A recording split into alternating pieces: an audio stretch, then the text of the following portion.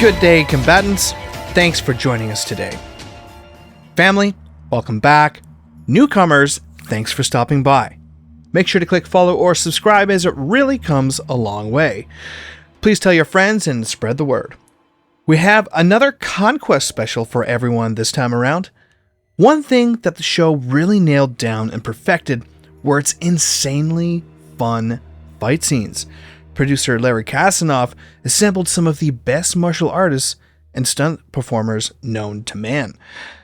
One incredible stunt person who was involved in almost every single episode is Christopher Leps. If you're a big Conquest fan, this is most definitely an episode that you do not want to miss. I say this because Chris was kind enough to provide Kamidogu with some very rare and unique behind-the-scenes photos from the show. So if you happen to be listening to this on one of the other audio-only platforms, you may want to consider jumping onto YouTube for this one. Chris has really made his mark in cinema, doubling for some massive names such as, most notably, Johnny Depp, Kiefer Sutherland, James Franco, Matt Damon, and much more. He's even lent a hand doing stunts for the successful Star Wars series The Mandalorian. He has also written, produced, and directed a number of projects, one in which we will get into more as the episode goes on. Having said that, I'm very eager to get this interview in motion, and so away we go. All right, ladies and gentlemen, and here we are with Christopher Leps. Man, we've been really fighting for this day. Things have been so hectic, but here we are. It's happening. I'm stoked. Conquest is my everything. Thanks for being here, man. Oh, thank you so much for having me. It's a real pleasure. So let's talk about how you initially got into stunt work in the first place. What made you realize that this was your calling? Oh, wow. Well, actually, directing and filmmaking was sort of my calling. But as a kid, I grew up in Central Florida, and was a huge fan of movies early on. They were woven into my childhood, and I knew I wanted to be involved with films somehow. I didn't know how that was going to happen. But growing up in Central Florida, your options are limited. Hollywood was out west in California where they made movie magic, and I lived in Orlando, Florida, and what could I do? So. The live shows were very prevalent there between Disney and Universal. So I actually was one of the original Teenage Mutant Ninja Turtle performers at the Disney MGM studios. Yeah, the studios opened in 1989, and I saw a commercial for it. And among all the attractions there, they had the Indiana Jones stunt show, and I thought, oh my God, I want to do that. And I had a martial arts and gymnastics background, but I wasn't quite. At that time, I wasn't quite at the level of gymnastics they were looking for. I auditioned a couple times and always made it to like the top 10 or top 5, but I was never chosen for the show.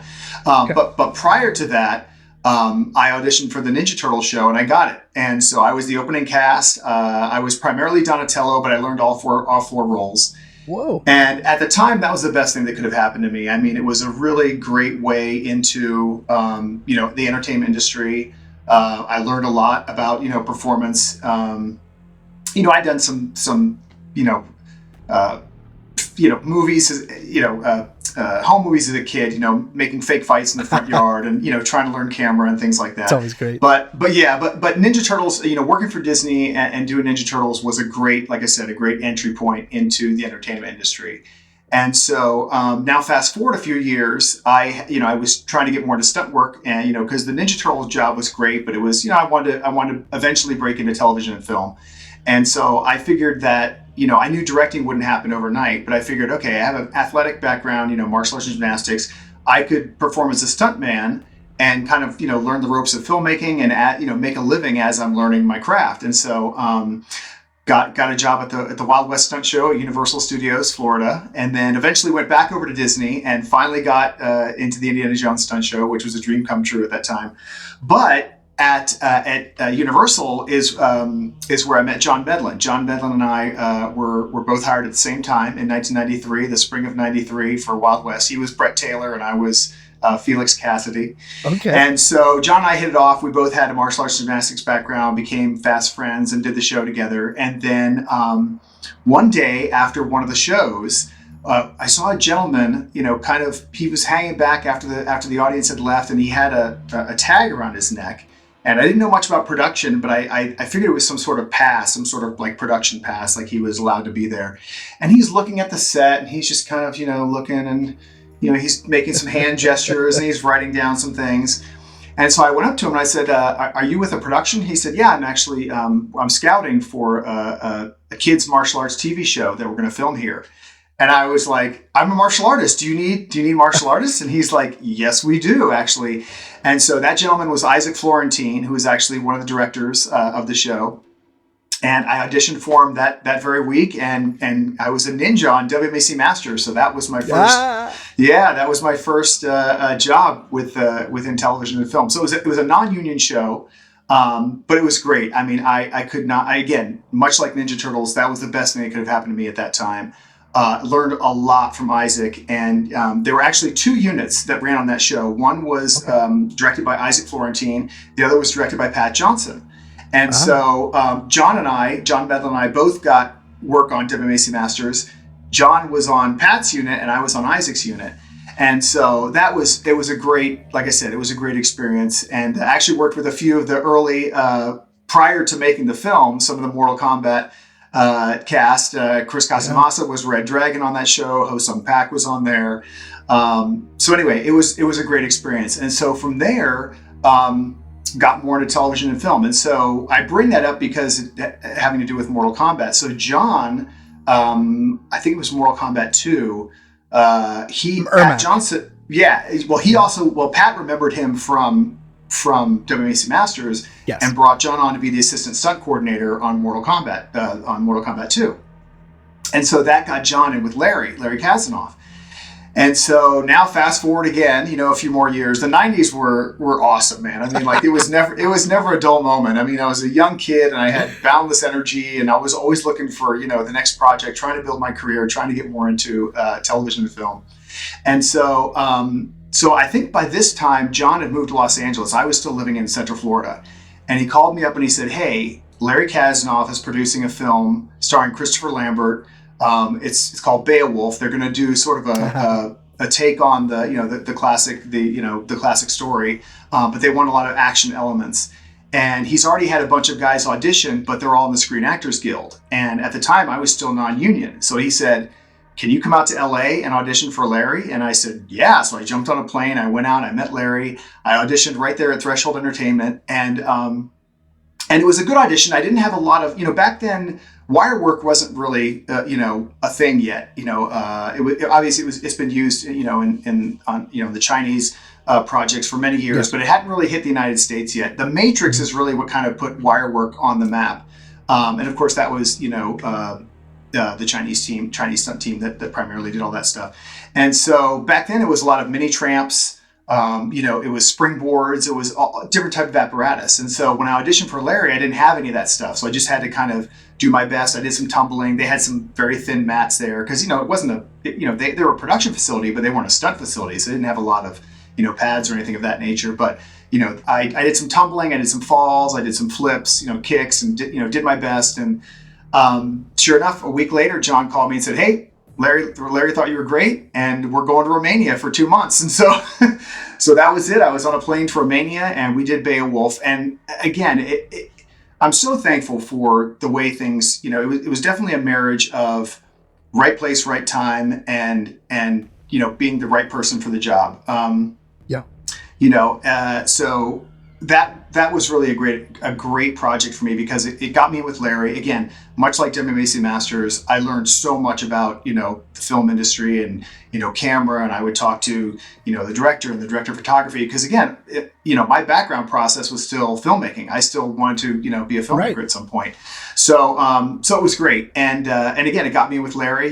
We did a lot of, it was definitely an interesting take on Beowulf because it wasn't it wasn't the classic sword fighting. It was very much, kind of that pre-Mortal Kombat style. Big kicks, big flips, special moves. Yeah. Larry loves special moves. He And does. so, yeah. So we had to come up with a lot of cool tricks. And again, very little wire work, a lot of mini tramps, a lot of air rams, a lot of, big aerial stuff. And so that kind of solidified, my position with Larry. And so when the Mortal Kombat TV show came up, finally, long story short, too late, John called me and said, "Hey, Larry would love to have you back, on the show." And so originally I was hired just as kind of a general double. We shot in Central Florida, and I was still living there at the time. So they were flying people out from Los Angeles.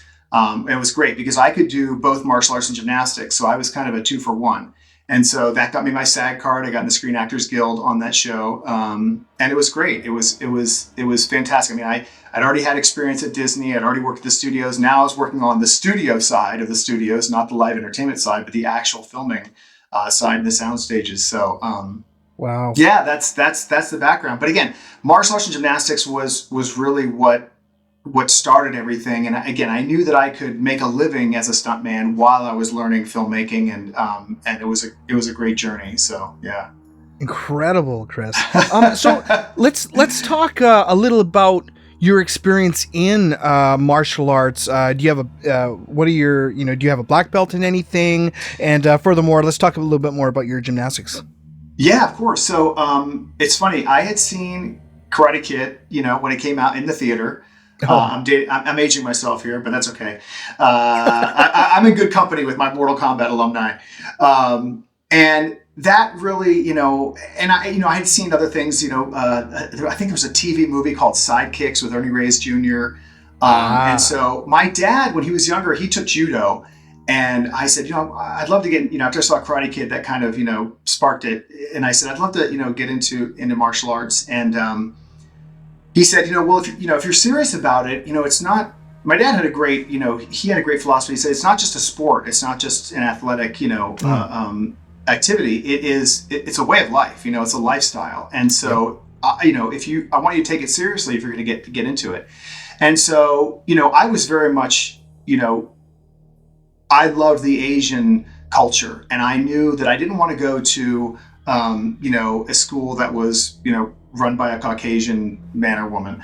I was Sure. like, I want the authenticity of an Asian martial art. I want Nice. I want that foundation, that source. And so I did a lot of research, and there were a lot of martial arts schools in Central Florida.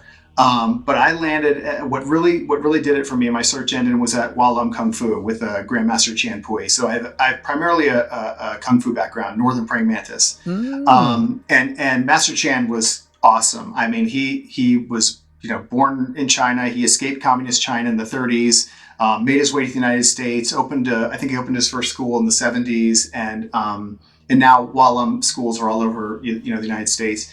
But so that was my background. So Kung Fu, and it was great, and I got exactly what I was looking for. A lot. It was very much rooted in Chinese tradition. We learned lion dance. We learned, we did the Chinese New Year performances every year. I learned a lot. That was prior to Ninja Turtles. So that's, that is probably the foundation that I received for live performance. We were always performing. We were doing shows, various openings and things like that. We did shows at Epcot at the China Pavilion, which was great. But the reason I bring all that up is because we also got Chinese acrobatic lessons as well. So that kind of started my sort of, I would say, formal training in flipping. But it's very much a I'll say a hard floor discipline, because Chinese acrobatics is just on the ground. There's no trampolines, there's no anything, and so you learn how to generate power very differently. Well, then when I was in now fast forward a few years, I was a senior in high school, and I was on the gymnastics team. And so on the gymnastics team, everything is pointed toes and straight lines and all these things. So I kind of had to unlearn a little bit of my Chinese acrobatics, because I didn't care about pointed toes or straight lines. I was just trying to, do back handspring, as many back handsprings as I could, and end it with a backflip or whatever. So between those two, it was a really perfect blend of how to move, of air awareness and how to move my body. And so, obviously a lot, thinking about Mortal Kombat now, it's hard because it was so. I mean, my God, it was 25 years ago. I mean, pretty much half my life ago. And for people that aren't aware, there really wasn't anything like that show on American television at the time. Obviously, Jackie Chan and Yun Bao and Sammo Hung, I mean, they had been doing that stuff for decades, on the Asian market and the Asian television and film. But really, when you think about the action films, in the 90s, I mean, Buffy the Vampire Slayer had come out, and there was some, there's some elements of fighting there, but to bring that level of fighting and that style of fighting to American television, I'm very proud of what we accomplished, because there really wasn't anything like that. And so, again, kudos to Larry, because when I got Mortal Kombat, I remember very specifically, he came up to us one day and he said, "All right, Chris, this isn't Beowulf. We got to take it to the next." He's like, "This is next level." He's like, "I want you to think of," he's like, "go outside, go into the soundstage, take a mini tramp, a couple pads. I want you to come up with 5 or 6 big moves that are gymnastics, but also martial arts." And so John and I went out there, and I literally I would hit the mini tramp, and I would just do every flip that I could. I was doing, front flip, step out, back layout, step out, full twist, double fronts, all these things, and how I could get a martial arts move generated from a flip.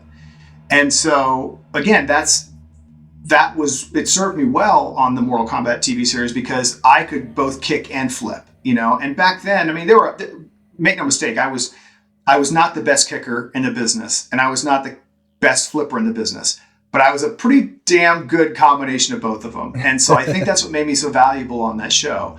And so again, to answer your question, I have to attribute that to my early foundation at Walum, the Kung Fu background, the acrobatic background, and of course, in high school in the gymnastics team. Mm-hmm. Wow. So were you a big fan of Mortal Kombat pretty much from the start? Do you have any background of playing it in the arcades? Yeah, well, it's funny because I don't remember being a huge fan. I mean, I loved the game when it came out. I dropped my quarters in there just like everyone else. I didn't really have the patience to, beat all the characters and whatever. It's funny because I think probably my favorite character was probably Raiden. I thought he was a cool character. But now again, it's so funny. The 90s and my background is so interwoven. So now rewind the clock again. WMAC Masters, I met Ho-Sung Pak. We became friends. And so Ho-Sung had done the Mortal Kombat video game. Liu Kang. And so, exactly, of course, he was the original Liu Kang. And so, and of course, Liu Kang was one of my, another one of my favorites. But anyway, so Ho-Sung and I became good friends, and he actually was doing a couple of the video games under his own label. He was doing a video game called, I forget the name of the game, but it was for the Atari Jaguar platform, which never... Thea Realm Fighters, I think? My God, well done. Holy crap, you've done your homework.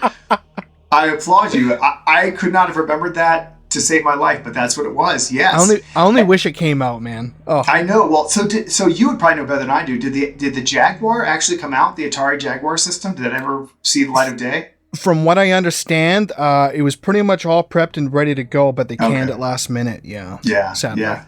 Yeah, I didn't think it came out, but anyway. So Ho-Sung said, "Hey, I'm doing a video game, very much in the style of Mortal Kombat. We're going to film on a blue screen. You'll do all the moves." And I think it's funny. I was a character called, I think it was Captain Hollywood, and so I have like a photo somewhere of me in this ridiculous outfit. But anyway, so that you got to send me that. Yeah, I will. I definitely will have to find it. This is pre-digital, so I got to go into my garage and dig through all my pictures. But so that was a lot of fun. So Ho-Sung and I, we did that one together, and then he actually asked me to do another video game that I think didn't come out. I guess I'm cursed when it comes to video games. Whatever video game I work on never sees the light of day. But anyway, so that was cool. So that was kind of an interesting little side journey, kind of affiliated with Mortal Kombat. But I was a fan of playing the game. Again, I love video games in general, and that was definitely among one of the ones I would, kind of perk up when I saw in the arcade. But not really. I didn't go too crazy with that. I didn't have it on the home console or anything like that. But I'm familiar enough with it that I knew the character. I mean, Sub-Zero, was right up there with Raiden. I loved the Sub-Zero character. I loved Scorpion, so I'd already knew the Reptile. I'd already knew the characters. So by the time, and obviously I think the Mortal Kombat, the first film had already come out. So I kind of knew what we were kind of getting involved with 95, when the TV show came. Yeah. So it was fun. It was very exciting to the fact that was the next project after Beowulf. So. Do you have any memories of, seeing the first movie in theaters? What did you think of it? Yeah, I loved it. I mean, I'd always been a fan of Cary Tagawa. I think his work is just, he's just a great actor. And to see him on screen, obviously, huge Highlander fan, huge Christopher Lambert fan. So that was really cool. I was super stoked. I saw it in the theater. I thought it was great. All the fights were great. I thought the casting was really fun. I thought it was really cool. I mean, that was an exciting era because New Line, was relatively new as a studio. And so, I love their logo, that sort of film strip flipping away from camera and then hearing the Mortal Kombat music kick in. That was really exciting. And so, yeah, totally. Yeah. So that was a good era for film. The 90s produced some really, really, great, sort of now classic films that really had a good impact on a lot of people. So yeah, it was a lot of fun to see that on the big screen. Agreed. Okay, so you were kind enough, Chris, to provide us with some amazing behind the scenes photos of Conquest. I cannot be more excited to do this. That show, as I said, is my number one. So let's dive into that right now. So really quickly, how did it become your favorite TV show? Oh, man. Okay, well, pretty much at the age of around 4 years old, Nice. I played the first game on Super Nintendo MK1, and basically, I just really, really liked the universe that was created. I thought the characters were so incredibly unique, and there's just something about that atmosphere that drawed you in, all the colors, and the action, obviously. Fatalities is something like, whoa, what's going on here? And so long story short, when I found out, it was actually a few years later, that they had released movies about it, I was jumping off the walls because just the fact alone to see these characters that have been so important to me throughout the years, to see them on live action screen, I thought was mesmerizing. And so one of the best memories I have is seeing the trailer for Mortal Kombat Conquest. I'm in Canada, so it was the Space Channel.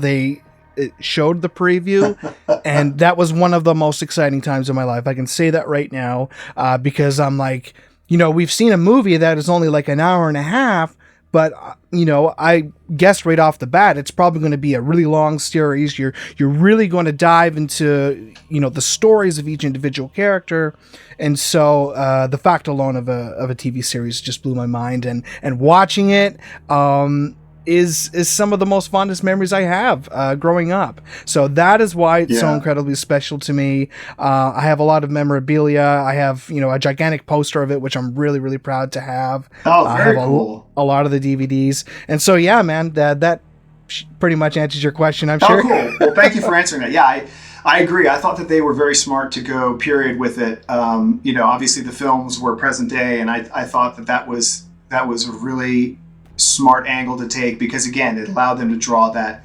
storyline out. And I'm sure we'll talk more about this later, but a shame that it didn't go more than one season, because they had some really fun things in store. I know they certainly did, I'm sure. All right, we'll save that.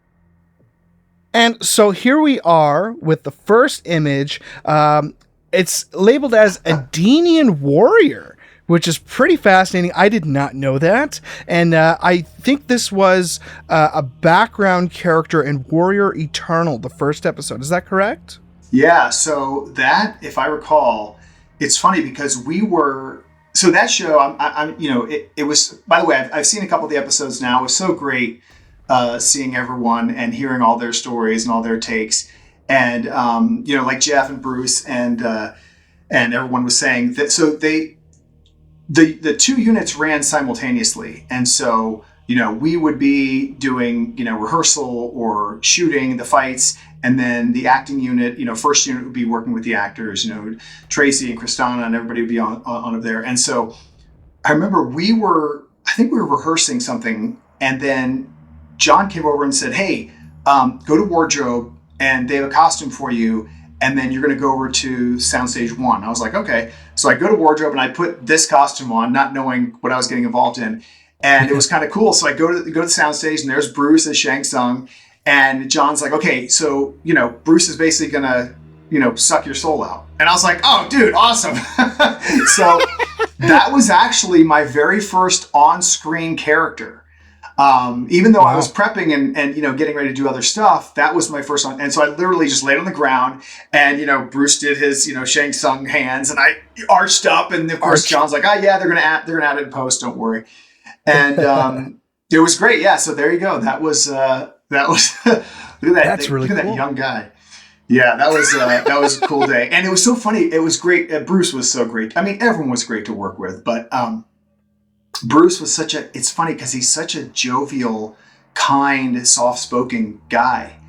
And then when he would get into Shang Tsung character, he just turned it on and he was it's very, this presence. And, but it was really cool. But yeah, anytime he had, I mean, it was few and far between because he was so professional, but on the offbeat chance that he would, flub a line or do something or have a blooper, it was so funny because he'd go from this, deep, dark Shang Tsung back into Bruce and kind of laughing and, joking and silly. And it was such a, I mean, like I said, everyone was such a pleasure to work with. Oh my God. Paolo. Yeah. Oh, I mean, it was a really special show because, I think Jeff Meek talked about this as well. I mean, we were all it was great. I mean, we're shooting at the Disney studios and, just having a blast and just doing what we love. And, I was so young. I was just happy to be, I just got my SAG card and I was working on this hot new TV show and working with Larry again and, meeting new people and getting to meet so many great, martial artists and stunt performers from Los Angeles that eventually became, good friends of mine. And so anyway, sorry, side note, back to your... No, that's all good. Back to your slideshow. I love the elaboration. Now this is interesting because I'm going to assume this is the thieves from the first episode, right, with Tasha? Yep. Okay, but what's interesting though is that during the fight scene, I don't even remember seeing JJ on there. I think John Valera actually stepped in as one of them, didn't he? Correct. So that's what's fun. Yeah. Again, this show, it's so funny. I mean, you have to understand, it was a SAG show, but it was very low budget. There was very little money for extras and things. I don't mean background performers. I mean anything extra than what was absolutely needed. Whether it was set pieces, costumes, things like that. So JJ was actually the original Kung Lao double. I think at that time they already knew he was going to be Sub-Zero because they'd already had the episodes. I think at least 4 or 5 of them written. I know they were kind of writing as they went along. Okay. But I'm pretty sure at that time it was established that he was going to be Sub-Zero. But he was brought in prior to that to be Paolo's double. And again, back then Screen Actors Guild was much less strict. But having said that, they did try extensively to find a double for Paolo who was Asian. Paolo's 6'2", I think. And he's pretty tall. Yeah, so to find a 6 foot, 2-inch Asian gentleman who is also good at martial arts that's a tall order. And so I know they had some auditions, and again, being low budget, I think they were just trying to be as efficient as possible. So they flew JJ in, knowing that he was going to be Sub-Zero, but he could also do Kung Lao as well. But I say all that because I think JJ might have been, I don't know what, we filmed that over a couple days, I think. And so, yes, it was me and John Valera. And then I think JJ jumped in on one of the days, and that I totally forgot about that picture. So JJ, he's one of the performers that I became really good friends with. In fact, when I moved to Los Angeles, JJ was my first roommate. He's like, hey, I'm moving out of my place. You're moving to LA. Wow. If you want to crash at my place, and so it was, I owe a lot to JJ. He's such a good dude and really, again, I learned a lot about film fighting from JJ. I mean, he was one of my favorite people to fight on that show because, fight scenes are like a dance, and it's less about if someone is a good fighter, and I feel like it's often, I mean, that is important, but oftentimes it's about chemistry. And fighting JJ just fit. It fit like a jigsaw puzzle. He was so consistent. I always knew that when I threw something, his block was going to be in the exact same place. And when he threw something at me, it was always going to be that consistency. So I loved fighting JJ. And he's a powerful fighter. I mean, he's one of the few people that is probably just a good real fighter in real life as he is on screen, which is saying a lot. So when he threw a spinning hook kick at you, you ducked, not because you remembered the choreography, but out of necessity. Not that we would hit you, but just you knew it was coming. So anyway, such a great on-screen performer and a great energy. And like I said, I learned a lot from JJ about energy, about my spinning hook kick definitely got better because of him. I was like, it can go that fast? Okay, I'll see what I can do. Keith Cook said he's hell of a kicker. Oh, yeah. JJ can. In fact, we did a fight scene.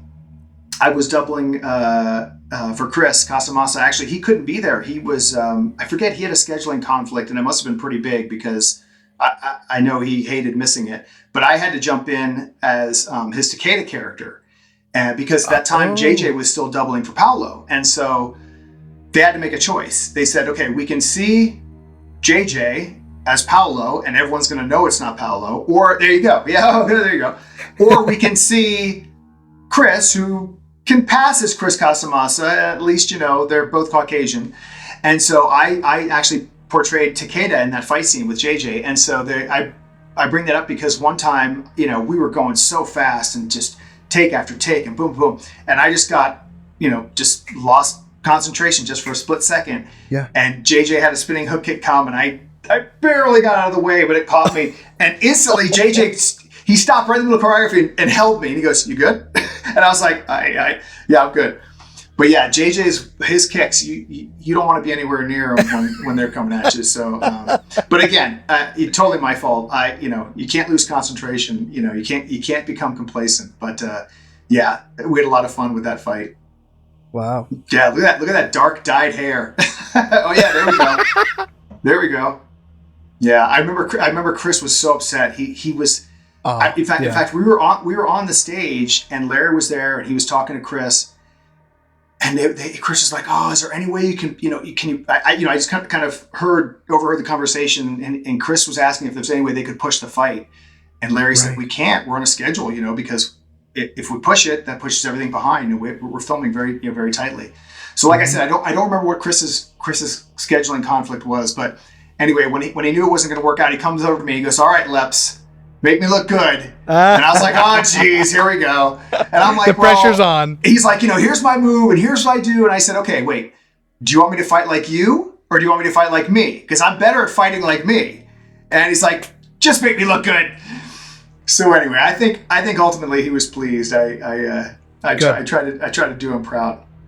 Yeah, I think it was a great fun fight. Oh, thank you. Yeah, we had a good time. That was. Oh, there's another one. Yeah, there we are. Yeah, it was funny because John had asked. So it was JJ and I fighting, and then if you remember, it was also Taja fighting two like ninja characters, and it was Dana and Johnny Nguyen, and I forget who the other. Shame on me, I forget who the other ninja was. But anyway, so John said, "Who wants to go first?" And JJ was like, "Let's go first." And I was like, okay, I didn't really think about it. So we got to go first while they fought in the background. And then the next day, the cameras focused on them while JJ and I were at the background. And I was so glad that JJ said go first because we were exhausted from the day before of fighting. So in the background, you don't have to go as intense. And so I was like, because we were shredded. We shot for 12 hours just fighting. That's all that show was. That show, JJ had a really good philosophy about it. He's like, we're being paid to train right now. He's like, this show is constant training. You're not going to find any better training than this. You're training to fight. you're doing choreography, if you're not fighting on screen, you're practicing, you're rehearsing, you're trying new moves. It was literally like a training ground, so it was awesome. So anyway, having said that, we were totally shredded, the next day. And so I was so glad that we went first, because we could kind of take it a little bit easier in the background. So anyway, yeah, that was a big fight, and it was pretty intense. Yeah. Yeah. Here you are as the guard that got sacked in the balls by Taja. Yes. Yeah. So it was great. That was all Kristana. And it was cool because we did the old kind of strap. So they make this strap for stunt performers, where you basically hook it on. It goes into your pant legs, and you hook it on one foot. You bring it up through your leg, and then you run it down the other leg and hook it on your other foot. So below your actual crotch line, the strap sits about here. So you can hit that strap as hard as you want, and it'll never actually touch your body. And so Kristana was so sweet, because I told her I was wearing it. John showed her. He's like, "Look, I can kick him. It doesn't hurt." And she was like, "I know, but what if it fails? What if it breaks? Whatever." And I was like, "Kristana, don't worry about it. Just do it." And so she was so sweet. After a few takes, she got more comfortable, and she did it. She nailed it, and she did a great job. So that was fun. That was a little bit scary, because again, one of those situations where I think the day before, John said, "Hey, before you go to rehearsal tomorrow, go over to hair and makeup. You're gonna play a little part." And I was like, "What? Oh God, do I have any lines? Oh geez." And so they had to make me look different than because I was always doing something on that show. So they're like, "Okay, we'll throw a beard and a mustache on you." And so anyway, yeah, that was a lot of fun. I think that was that was pretty early on. I want to say, yeah, because the Taja character, she was in chains for some reason, right? She was, yeah. The Baron just treated her like dirt. Okay, yeah. It goes without saying, I haven't seen the show in a while. But it looked like that guard was getting pretty lucky there for a second. He was getting pretty stoked that she was about to undress. And then, ooh, blue balls. Yeah, she was great. And Kristana was great. I said, how do you want me to, how should I play this, And she was like, "Oh yeah, we'll just have fun with it." So yeah, she was really great. Again, everyone, just such a great attitude, so eager to just do a great job. Everyone was, it was a really special show. Episode 3, Cold Reality. Wow. There we are. Oh my God. Okay, so now you can see 5'9" white guy doubling 6'2" Paolo. Probably, I think he was. My God, I think he was on People's Top 100, most beautiful people in the world, most beautiful men in the world, or whatever. He was something like that. My God, look at that chiseled jawline. Yeah, so that was a lot of fun. So that was, so obviously JJ had become Sub-Zero for that episode, and I think at the time, I was just kind of a temporary fix. Like I said, they were. I know they were auditioning back in Los Angeles, trying to find a Kung Lao double, and for whatever reason, it didn't happen. So John said, "Hey, JJ's going to be Sub-Zero for episode 3. We're to throw you into to the Kung Lao double." And I said, "Okay, great." And I was like, "Okay, cool." And I ended up kind of staying there and becoming the Kung Lao double. So it was interesting because we shot out of order, and I think the opening sequence of the very first episode, where they show Kung Lao training and kind of doing his thing, so that's all me from behind. And then they cut, to Paolo turning around. So I think we had shot that around this time as well, because otherwise JJ would have done it. Yeah. So, but anyway, yeah. So that's Johnny from left to right. That's Johnny Nguyen, Ryan Watson, myself, Paolo, and John Valera. Oh man, that was a lot of fun. Though again, all those guys, some of my favorites to fight. I mean, Paolo, what a great attitude. He, I think Jeff Meek kind of touched on this as well. They would be brought over, the actors would be brought over to the fight unit while they were, in the middle of their day. So if they had half an hour, 45 minutes downtime, they would say, "Okay, run over to second unit and we're going to throw you into the fight scene." And so we would show the actors, a sequence of moves. Like, okay, in this section, it was usually hand movements because, the kicks sometimes were a little too complex. And Paolo had such a great attitude. He was like, okay, 1, 2, 3, and we'd show him the moves and he would do it. And he had such a great energy. But by the end of the season, he was really doing a lot more than he originally. I mean, he bare minimum at the beginning, and by the end of the season, he was doing a lot of it, including some kicks. Yep. So I remember one funny story was he was. I think at this time I wasn't doubling him. I think Mike Chatterana was doubling him for this episode. So I was playing one of the ninjas, and so Paolo, we showed him the choreography. And like I said, he had gone from doing like 3 or 4 or 5 moves all the way up to like 10, 11, 12, moves in the sequence. So it was getting toward the end of the sequence, and he was fighting 3 ninjas, and he hits this guy and does this, and I come running in, and he forgot. And it was great because I could talk because you couldn't see my face, and I just go, hit me, and it like a light bulb went off, and he was like, oh yeah, and he throws his punch and whatever. So that kind of became our running joke, Paolo. Whenever we would like fight each other, he would just go, hit me. So that's good. Anyway, side story, but yeah, that was a really fun fight because we got to go up the stairs, and I was flipping off the stairs, and yeah, John and Johnny and Ryan were doing all these amazing kicks and flips. Yeah, we had a lot of fun with that one, and it was cool because JJ was now Sub-Zero, so we got to got to fight him as well. And Tracy Douglas told me Johnny Wynn there, he actually played Vorpax in the fight scenes. Okay, so there you go. That again shows you how it was a very low budget show, so it was very difficult to find someone to double Tracy. She I mean, everyone was in such. I mean, we were all at the top of our game back then physically. I mean, everyone was in such great shape. And obviously the wardrobe was very tight fitting, and so it was hard to find a double for Tracy. So because she was in amazing shape and.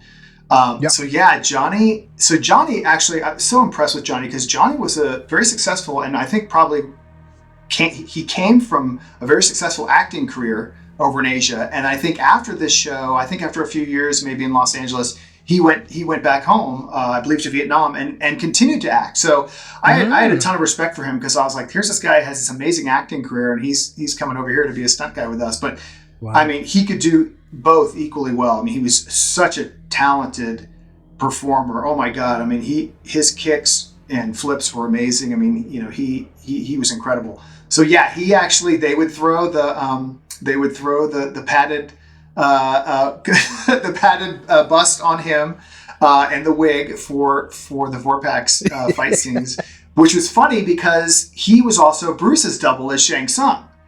So I think eventually it became Marcus Young, who was another incredible stunt performer. Marcus actually, his first episode on the show was he played, he was like one of the cage fighters that fought, who was Jamie Presley's character, and she was just beating the heck out of him. And Marcus was Festival of Death. Was that one? Yeah. So Marcus was doing all these amazing. Marcus, was known for his reactions, so he was doing, gainers with a half and full twisting this and that, whatever. And so I think Johnny became so busy doing whatever that then Marcus. It was kind of funny. It was like musical doubles. Like Marcus came in to double for Bruce because Johnny was doing something else. So anyway, yeah. Another great fight scene with Marcus as Shang Tsung was the one in the third last episode, Balance of Power, when he fought Reptile, John Valera. Of course, yeah. That was wicked. Yep, that was a great fight scene. So I doubled for John for the flipping kind of stuff. So I did like the big, when Marcus gave me like the ridge hand, I did the big gainer into the camera. So that's what was great about that show is that, I mean, between the masks and the costumes, you could kind of, interplay all these different things. So yeah, I doubled pretty much every male character that could be doubled. I think I doubled.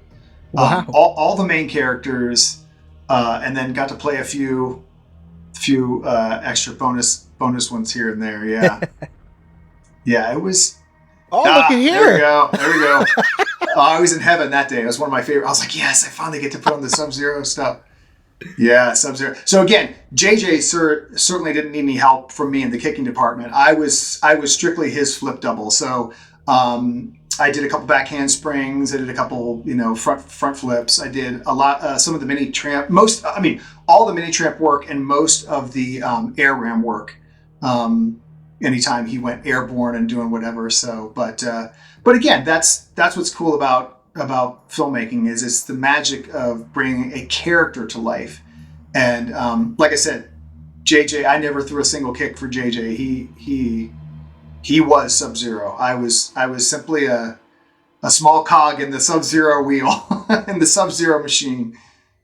But still, that must have been so fun to do. I mean, you're freaking Sub-Zero, man. Yeah, one of your favorites. I had Jay. I was like, okay, JJ, what's your signature thing? And he showed me his, and I was like, okay, I want to make sure I get that right, just in case, because a lot of times they would continue to roll the camera, or you'd have to do it before a big move. So like you'd have to do a signature move and then go into a flip. And so to help the editors, you would overlap some of that action. So I was like, okay, just in case I have to do it, I want to make sure I get this right. So plus I wanted to learn it just because it was cool. JJ came up with that. That was all his thing. So he did, huh?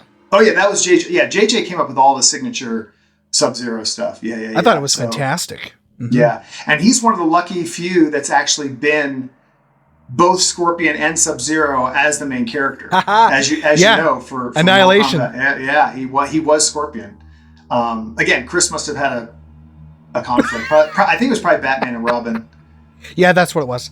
Yeah, that's what it was. And actually, Chris Casamassa was supposed to have a much larger role in that movie. He was supposed to have 5 fight scenes. He is pretty sure he was even supposed to have a fight scene with Shao Kahn. But it all got cut. But still, JJ killed it, man. He did great. He's great. And Cyrax. Very cool. Yeah. Oh God, Cyrax. What a great. He got to be he's quite a staple in the Mortal Kombat universe. Yes. Oh, the Terracotta Guard from Noob Saibot, episode 6. Oh, there we go. Yeah, that was super fun. That was myself and oh gosh, who was the other gentleman? Here we go. Tony Nguyen. Tony was awesome. We had a really good time with that. Yeah, so that was that was a really cool set too. We loved that set. They kind of elevated that, so we got to flip off it, and then we flipped back up onto it. And I think Taja, if memory serves, she like stabs me with a spear, and then we like kind of blow apart, and that was fun. That was fun doing that for the visual effects team. So I don't know if it was Dana or if it was Kristana. Anyway, so she kind of stabbed me to the side, the old like spear to the side trick, and we kind of held still for a minute, and then like, okay, get out of the frame. And so then we walk out of the frame, and they did their plate shot, and then they were kind of telling us how they're going to do it in post. Yeah, that was a lot of fun. That was a fun and comfortable. Well, actually, all the wardrobe was pretty comfortable, but that was a really comfortable costume. I remember. And you played the bigger gentleman there, I believe. Yeah, I'm on the right. Yeah, I'm on the right there. Tony's standing a little taller than I am. I went to a little too deep of a stance. But yeah, go ahead. I'm sorry. Oh, I was going to say, tell us how it was working with Daniel Bernhardt, man, in that fight scene. Oh, Daniel was great. Yeah. So Daniel was probably he was the most experienced martial artist of all the actors. Yeah. Obviously, Jeff had a background in martial arts. Mm-hmm. Bruce a little bit. Paolo and Kristana not so much. Tracy a little bit. But Daniel was obviously, that's what he was known for. He was a full blown martial artist. So it was always, much like JJ. You always want to be on your A game. You always want to be on your A game, but especially just because Daniel was always very sharp, very very consistent. Obviously, big legs, a big kicker. He loved big kicks, and so. It was funny because his double, I think Daniel's left-legged dominant. And so his double was right-legged. And so Daniel would sometimes, kind of like Casamassa with me, he was like, make me look good. I'm like, okay, but if I have, everyone, all martial artists have, well, for the most part, have a more dominant leg. That you just throw kicks better. You just turn to one side better than the other. And so obviously you want to put your best foot forward and be the best, give the best performance you can. But Daniel would get so upset because he's like, guys, I'm left-legged. And his double was throwing his kicks right. So a lot of times they flip the image in post so that it would kind of match Daniel's action because, again, even though Daniel was an incredible martial artist, he was still primarily there as a first unit cast member. So he had to kind of come over when he could in between takes and do what he could, And so when he was gone, the fight had to continue. And so his double, who had right leg kicks. So I think, in post, sometimes they flip the frame, to help to make the continuity a little bit better. But yeah, Daniel was always super fun to work with. Yeah. Wow. We always had a good time. And sorry, who did you say was the double for Daniel? Daniel Bernhardt's double was funny. His name is Mike Roberts, but there was already so many Mike Roberts in the Screen Actors Guild. So his stage name was Michael St. Christopher. So if you look at the credits, Michael St. Christopher is Mike Roberts. And Mike is an incredible martial artist. I mean, here's what's funny.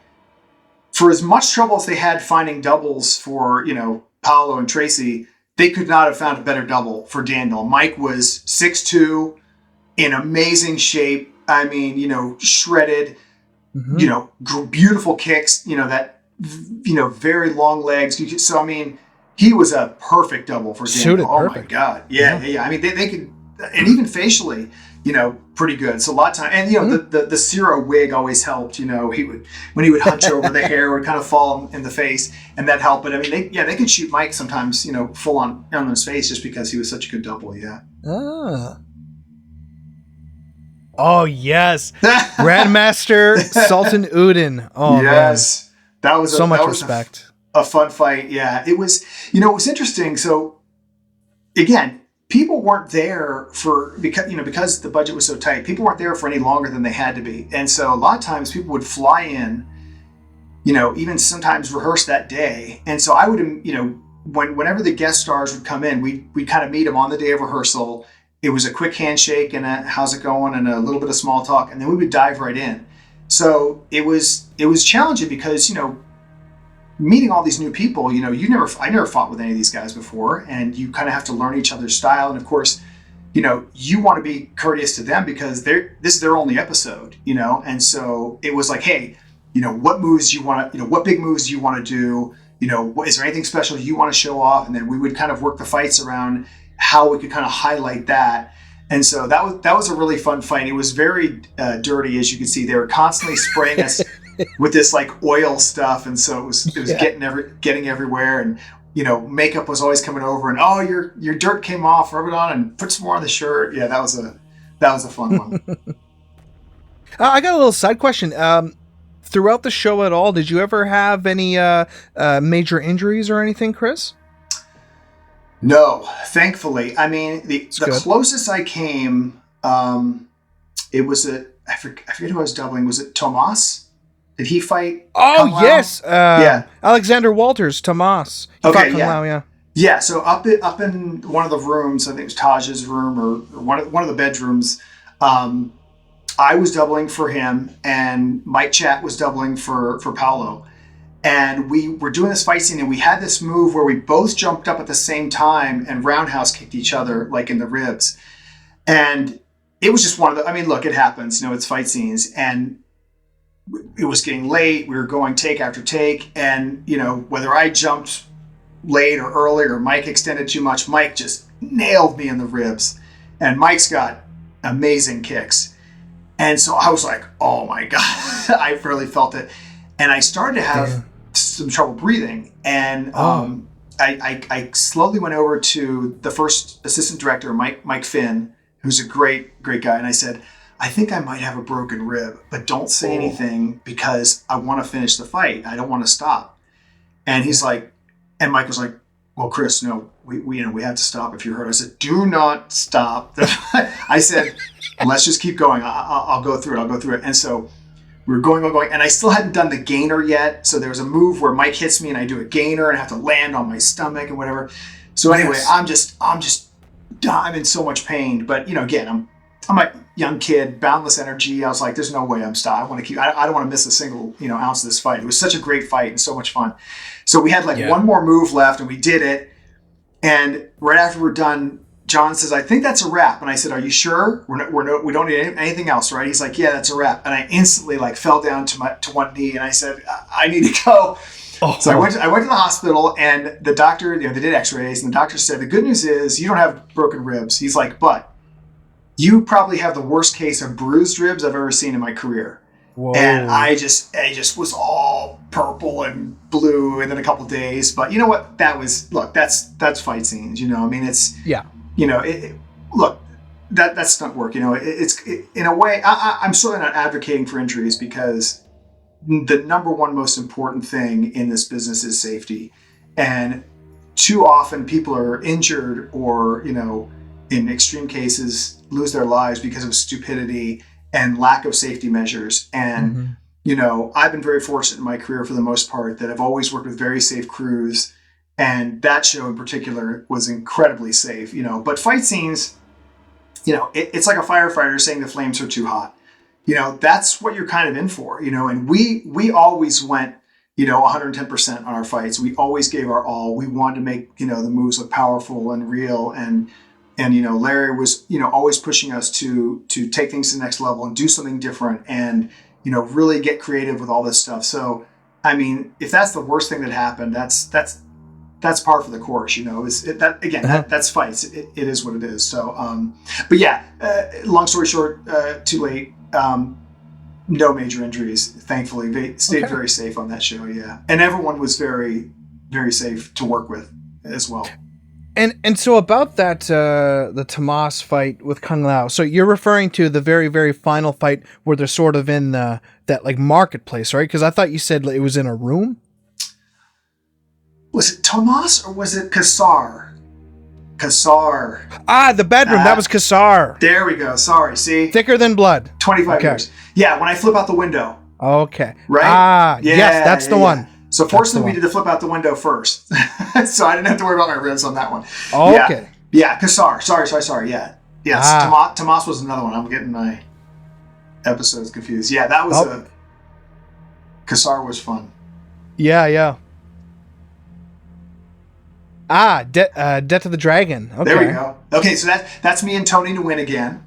Yeah. So we're reprising our duo. Yeah. But not as Terracotta Warriors. That was a fun fight too. Fighting with Daniel, and then he incorporated the staff. He threw me over the table, and I got to go into all the marketplace stuff. Yeah, that was a really fun one. They're all great. These are so many great memories. Yeah.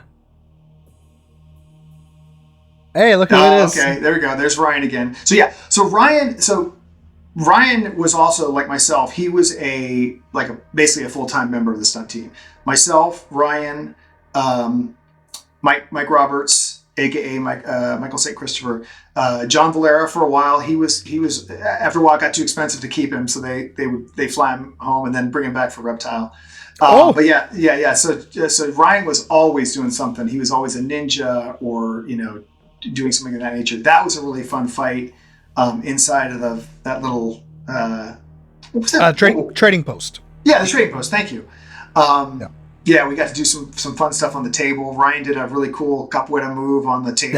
That was amazing. Yeah. Ryan, talk about an incredible performer. Oh my God, that guy he's a freak of nature. Just and kudos to Ryan. He was always kind of ahead of his time. He was always coming up with crazy stuff that no one was really thinking about. I mean, he was the first person I ever saw do a rainbow kick, you know, like the double leg kick. I mean, I'm not saying he was the first person to do it, but he's the first person I ever saw do it. And he was always trying to push the envelope and do. Ryan and I, we grew up together. I mean, Ryan was also from Wallung Kung Fu.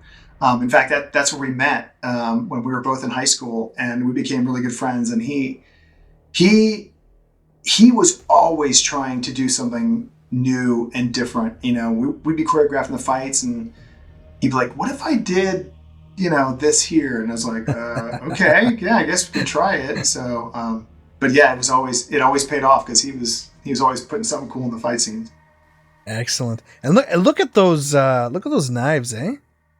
Yeah, I believe in the real world those are called crisp, KRIS blades. I think. Crisp knives or something of that nature. Yeah, and so the props department did a really good job with creating those. We obviously had what they call the hero. And anytime something's used for camera purposes, it's called the hero weapon. So like hero weapon, hero car, hero, you know, whatever. And then you have, like, you know, for lack of a better term, like the stunt version, which is usually was, a less sharp, a lot lighter. Those I believe were the fight knives, which were still. Okay. I mean, if you got hit with one, it still hurt. But they were they were either aluminum or a very hard plastic, and then they were painted. But the props department did such a good job on that show with all the weapons and making everything look real. And so, just to confirm with our audiences, I think you had already mentioned a while ago with me that you didn't keep anything from set, right? There really wasn't anything to keep. Like I said, it was such a low budget show. There weren't really extras of anything. I'm very fortunate in my career that I have got to keep. I have been able to keep a lot of memorabilia. I have my from Pirates 4. I have my Jack Sparrow sword. I have my Jack Sparrow wrist wrap and my bandana. Some other stuff from over the years. I got some Ninja Turtle stuff. But on that show, what also too is at that time I was so laser focused on just the work. I didn't really have the forward thinking to kind of be like, oh, I want to keep that for memorabilia. I mean, I would have loved to have had, like my Scorpion or my Sub-Zero mask, but that was, out of the question just because they only had, a couple of those.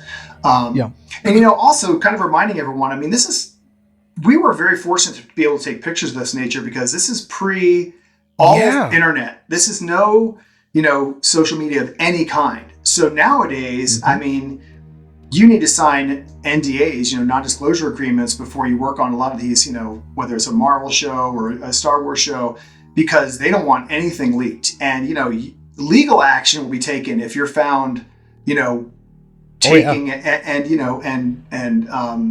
distributing photos.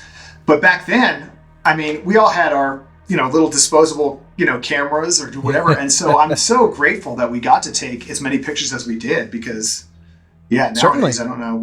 If you want this level of photography nowadays, you'd have to definitely sneak it, on your phone really quick. But yeah.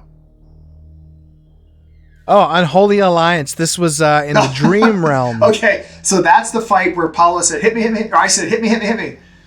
Yeah, so that was. Oh, that was the one. Okay. Yeah, so this was inside the Trading Post. And it was kind of that alternate reality thing. Yes. I think that was me and Eric Solke, who he was actually one of the performers at the Indiana Jones stunt show, and when we did the Scorpion Sub-Zero fight, obviously they needed 2 flip doubles, and I couldn't do both, so I was JJ's flip double, and Eric was Chris Casamasso's flip double.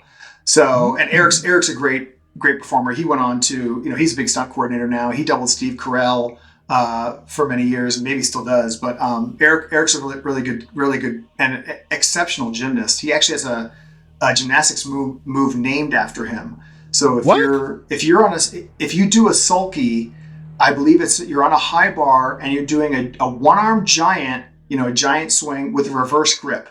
So Eric was the first person to ever do that in competition, and so when you do that, you get a move named after you.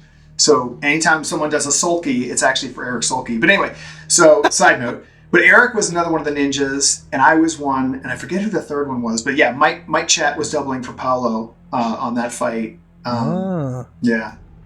Always doing something. I mean, look at these costumes. Always doing something. It was great. Oh, yeah. I was in heaven, man. It was, I did all but 2 episodes, I think, or maybe all but 1 episode. It's 2 episodes, yeah. 2, okay, yeah. The Master and the Essence. That's yes. It. Yes. And I remember I was so, bummed out. I missed out on 2 episodes. I forget the Essence. Yeah, what happened there? I wasn't doubling. I think the Essence was episode 4?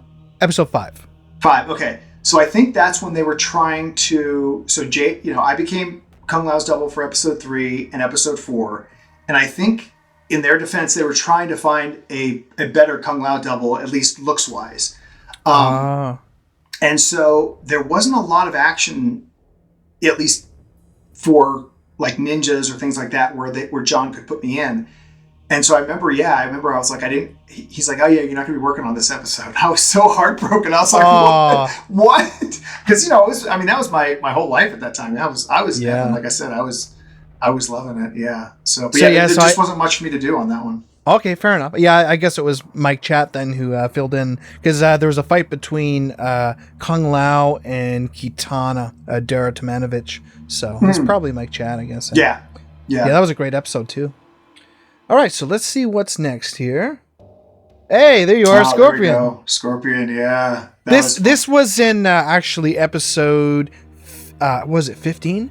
Serpent in the Ice. You can tell because he's wearing the newer mask here, or the one that's reminiscent to the movies. Because earlier in the series, he has this big, bulky thing. Yeah. This looks much better, I find. Yeah. This was a great, they got the costume kind of dialed in. Yeah, that was out. So what was great about working at Disney or filming at Disney was, they have, acres and acres of land, all around, in between the parks and things like that. And so we had a great kind of section of forest that was dedicated just to Conquest. And I mean, look at that set design. They did such a great job with all the pillars and the stonework. I mean, that's all styrofoam, basically. Yeah. I mean, it's or plaster. But that was fun because it was that was a cool episode because Scorpion and Sub-Zero had a couple of confrontations there. They did 2 fights. And so that was a good one.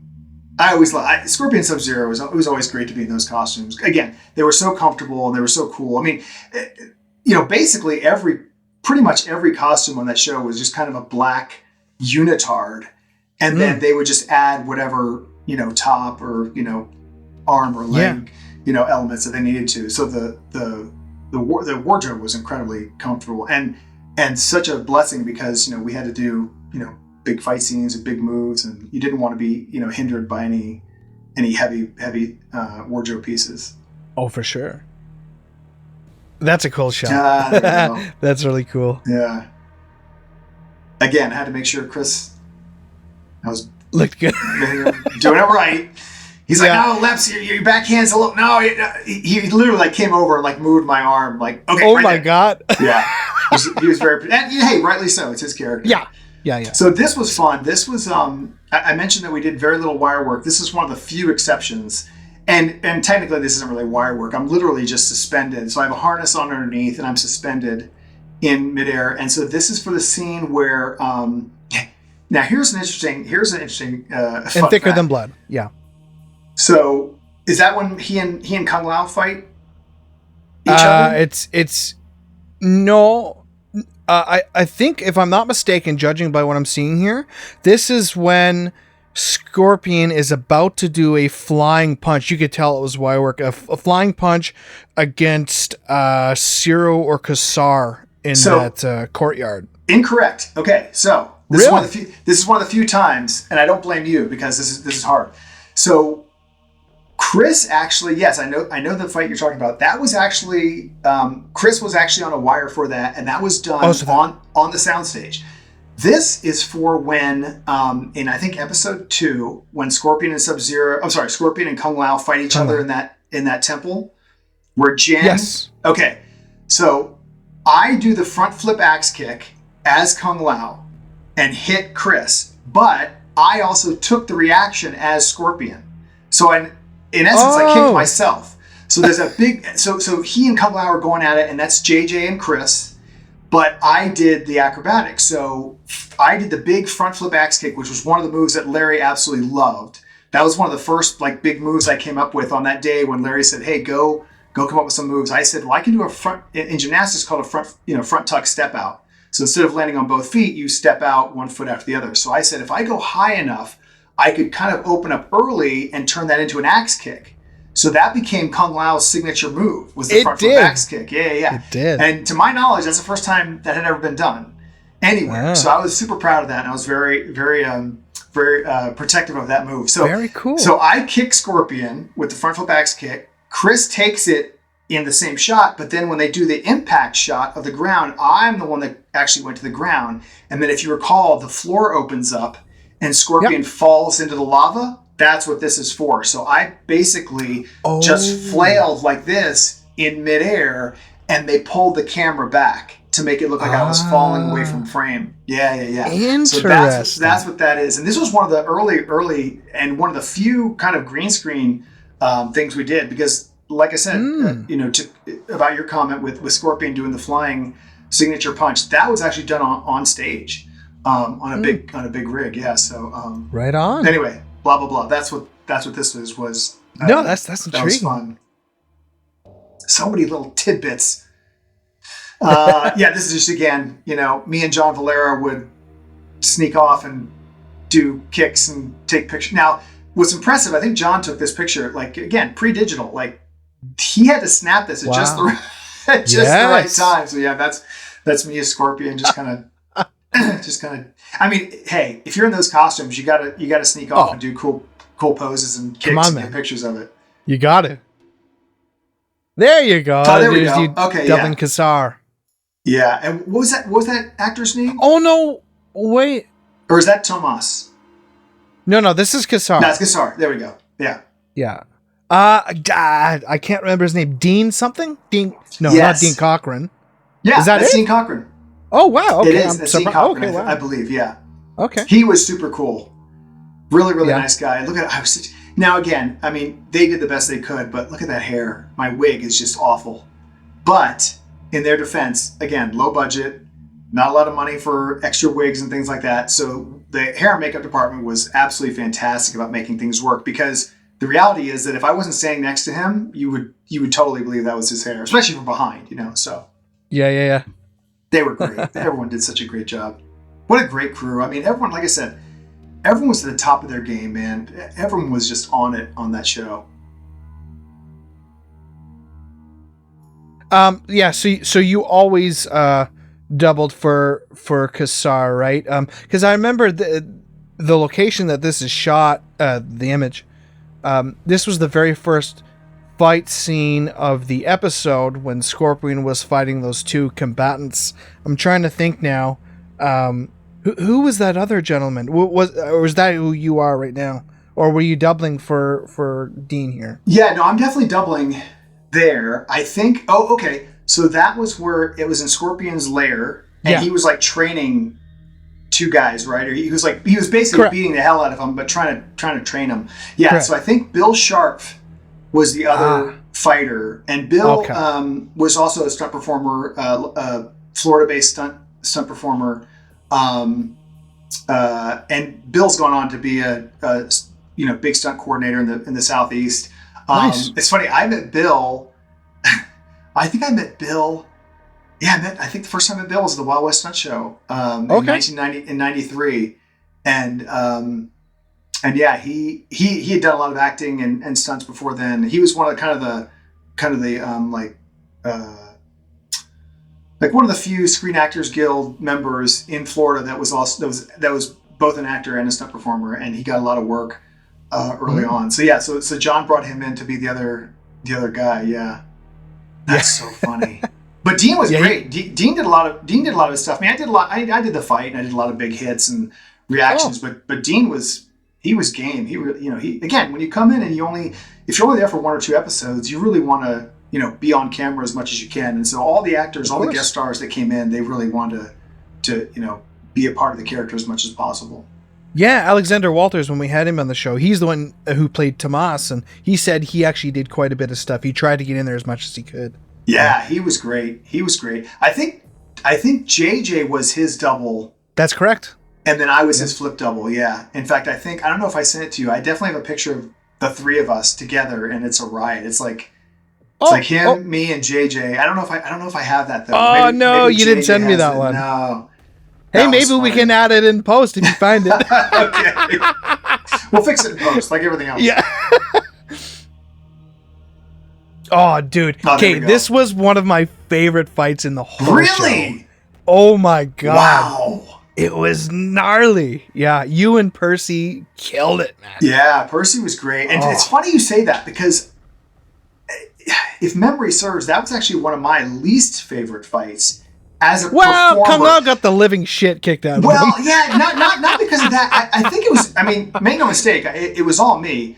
Percy was amazing. I just remember, for some reason, I remember feeling rushed. I think in the rehearsal process, and I just don't think I was fully. I don't know. I think I was just kind of.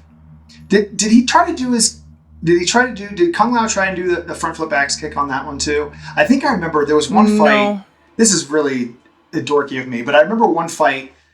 John wanted me to do the front flip axe kick again, and I was like, man, that's supposed to be his like last resort. You know, like when, like I mean, he pulled it out against Scorpion because he was literally, going to lose that fight. He had to pull out the big guns. And I said, I think we're using this kick a little too much because I'd already done it like 2 or 3 times, and he wanted me to do it again. I was like, I don't want to do it again. You want to make it special, like a statement. Exactly. Like, because if you start to overuse it, it loses its, it's kind of its power, on screen impact. So anyway, but no, I mean. Yeah, he didn't end up doing it in this fight. No. Okay, good. Maybe it was something else, but I don't know. I don't know why that stands out in my mind as not one of my favorites. It was definitely. It was. I mean, had again nothing to do with Percy. He was so great to work with and such a great performer. And the rain character was so wonderful. Cool. They added the lightning in post and. Kung Lao almost gets hit by the lightning. Yeah. Yep. Right. Yeah. Yep. Paolo got out of the way just in time. Yeah. Hey. Oh, there we are. Yeah, so there's me and Eric Sulky. So I'm on the left as Sub-Zero, and Eric's on the right as Scorpion. So again, that we were both the flip doubles for that fight because obviously Chris and JJ didn't need any help with their fight scene. But so the reason why we're both up there is because we both flipped off of that platform. It was about like an 8 or 9 foot drop down to a big pad, and we. They reversed it. Oh, that was later. Yeah. So this one we actually went forward in this one, and then later on top of the trading post entrance is when they reversed it. Yeah. So I did a double front flip off, and they reversed it so it looked like I did a double back flip up. Yeah. That was fun. And then Eric did a really cool like full twist off there. Yeah. So that was cool. Yeah. I think I kick him off, and then I did like a side summy off that platform. So yeah, that's why Eric and I are both up there. Yeah. Yeah. So funny. Oh yeah. This is pretty cool. Oh, there we go. Yeah, so that's Michelle Waitman. Michelle, again, another incredible stunt performer. One of the best, I think, in the business. She was also at the Indiana Jones stunt show. Michelle actually went on to be one of Sarah Michelle Gellar's stunt doubles on Buffy. So when John did Buffy, we all got to work together again. And I think there I'm just a regular reptile ninja, not reptile himself. Because John he had a darker green, I think. Yeah. Yep. And then Michelle was doubling for Kiri. Okay. You would know better than I would. Kiri, and she's usually accompanied by the other woman there, Anka. Yeah. Okay. Yeah. But yes, you have a great fight scene yet again with Daniel Bernhardt in this episode. And so I guess it was, you later. Do you get stabbed by Kristana? Not as a reptile ninja, I don't think. I think at this fight, I flip away from Daniel Bernhardt. I'm like flipping over him and disappearing and then coming back and disappearing. And I think I just... You crawled up the tree? God, was that me? Or somebody. Somebody did, yeah. Maybe there were 2 of us. Anyway, I remember flipping away, and I don't remember how I died as this guy. I don't know that I did die. So what happened was the reptilian was really, really getting the upper hand against Zero. He was about to kill Zero because Zero got whipped pretty hard by a falling branch. And then what happens is that Kiri and Anka come in last minute and get the upper hand against you.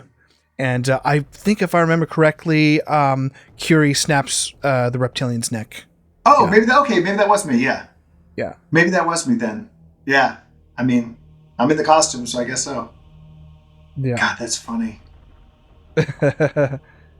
So many. So you guys clearly just took this one for fun, because there was no interaction between Reptile and Scorpion in the show at all. Correct. Exactly. So that was the same day that we took that other one. I think he might have been actually working as Reptile that day. And maybe I was on second unit. So John was probably on first unit because John also, he was actually Reptile. And then maybe I was on second unit and we just went and grabbed a photo really quick. But we thought that would have been cool. Oh, that would have been a seeing great them fight interact. I'm sure it would have been. I'm sure it would have been in season 2 had it happened. Oh, wouldn't surprise me. Yeah. That's pretty wicked. I don't even know who took that picture. Oh, okay, so there we go. So there you go, Mini Tramp. That was a story of our life on that show. I mean, every big aerial move was always a Mini Tramp, and landing on a pad. So yeah, that's me at. I think that is at Splendid China, which was an attraction just outside of a little bit further down the road from Disney. Yeah, it's no this is there, where this is where portions of Stolen Lies and Vengeance were filmed, the 2 last episodes. Yeah, we had a great time out there. What was really nice about being there is that we had been on we were either on sound stages or on the Disney backlot the entire show. And so it got a little bit monotonous just from a set standpoint. And so the fact that we were able to film here really added some great production value.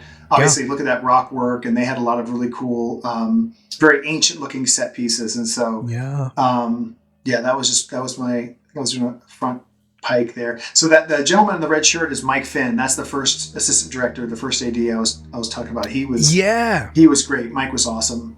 And we keep in touch to this day. Actually, Mike's killing it right now in Florida. Mike still lives in Central Florida. Yeah. He's gone on to be a producer and a big first AD on a lot of projects. He's working in virtual production now at a big stage down in Florida. So he's doing great. I love Mike. He's such a first AD is not an easy job. It's very stressful because you're really kind of running the set. And Mike was such a soft-spoken, like calm guy. And I remember one time I came in one morning and we had a call time and they'd give us about a half hour, 45 minutes to get ready. And I was just kind of talking and not really, and Mike just comes up and goes, you should probably go get ready. He's so quiet and calm, but I knew that, if Mike was saying it was probably pretty important. I was like, oh, okay, yeah, sorry. I'll stop gabbing and go get ready.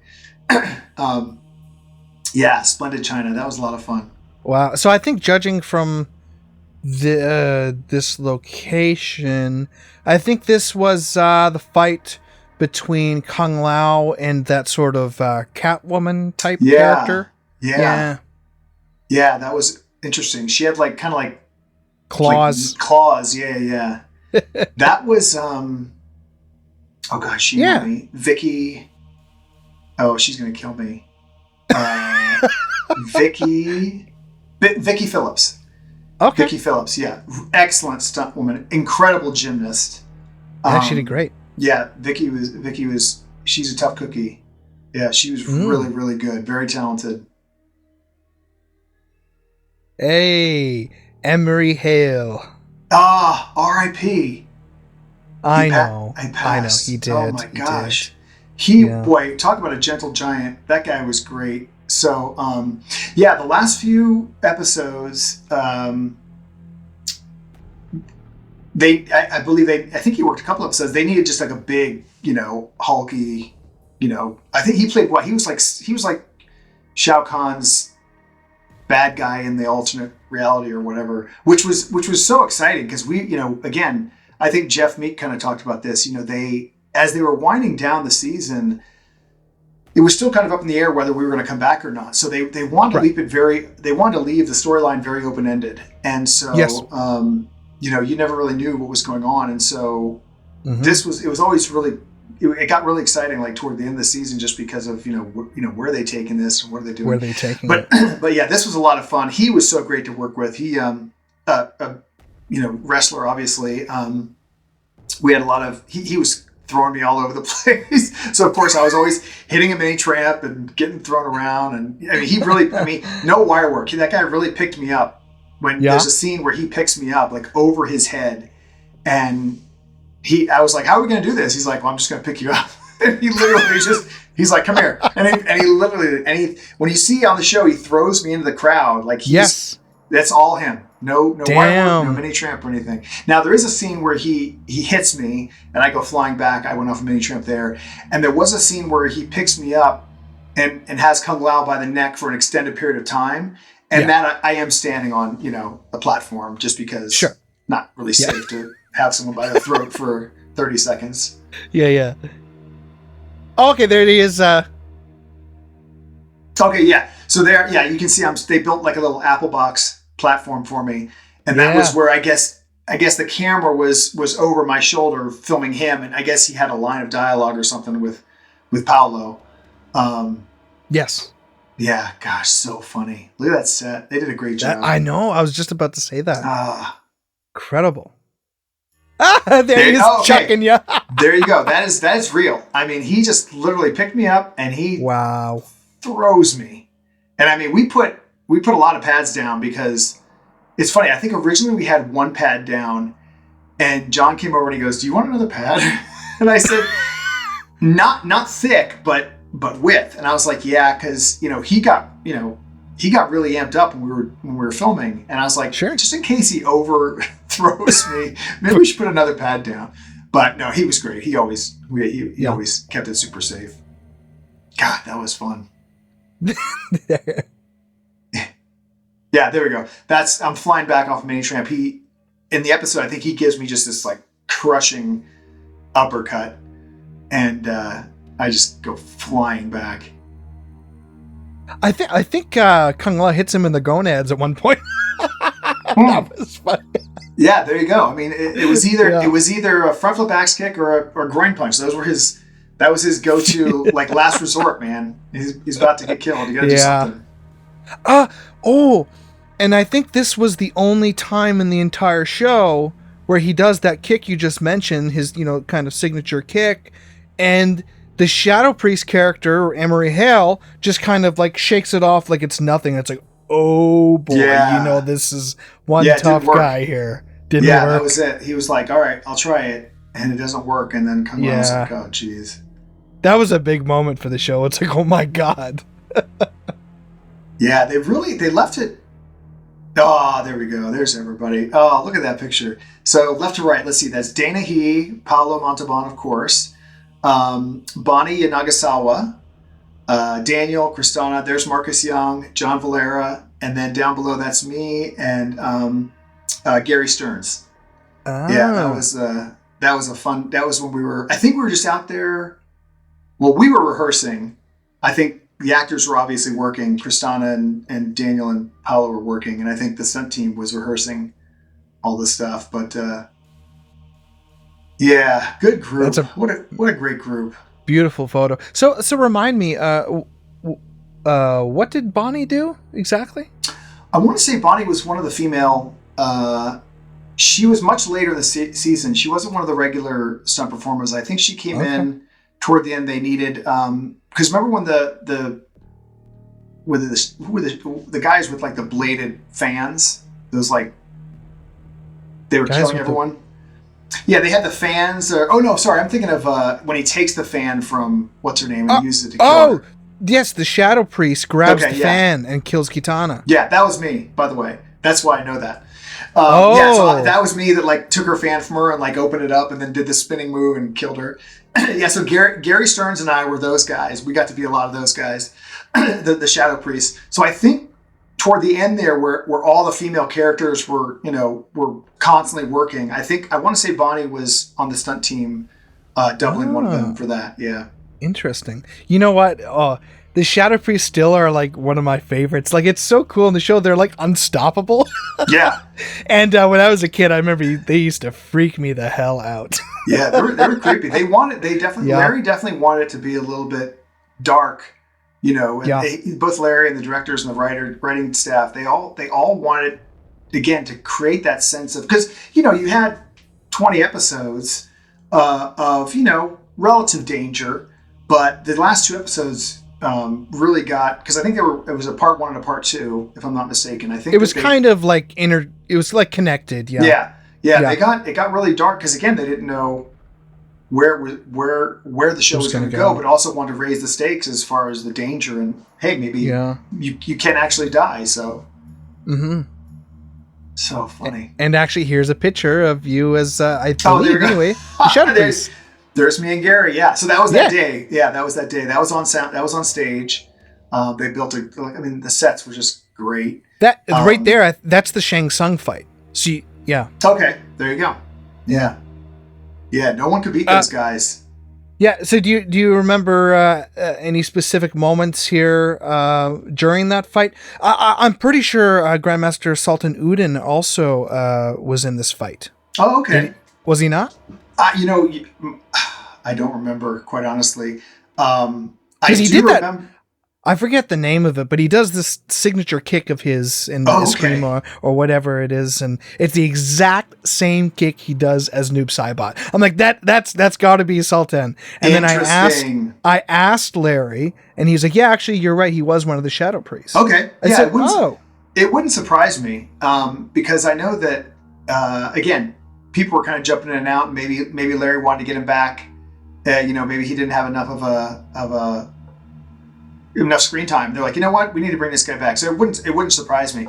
The only thing I remember about those costumes in particular is they were super comfortable, but they were so flowing, and you'd get caught up so easily. So I remember both Gary and I were like trying to do kicks, and you'd be stepping on your own robe, and you'd like trip and fall, and then John was like, yeah, he wanted me to hit mini tramp and like do a full twist in the air and come down. And every time I would do that, the whole thing would just go everywhere, and you couldn't see where we were going. But yeah, it was fun. It was also a little bit sad because we knew it was winding down.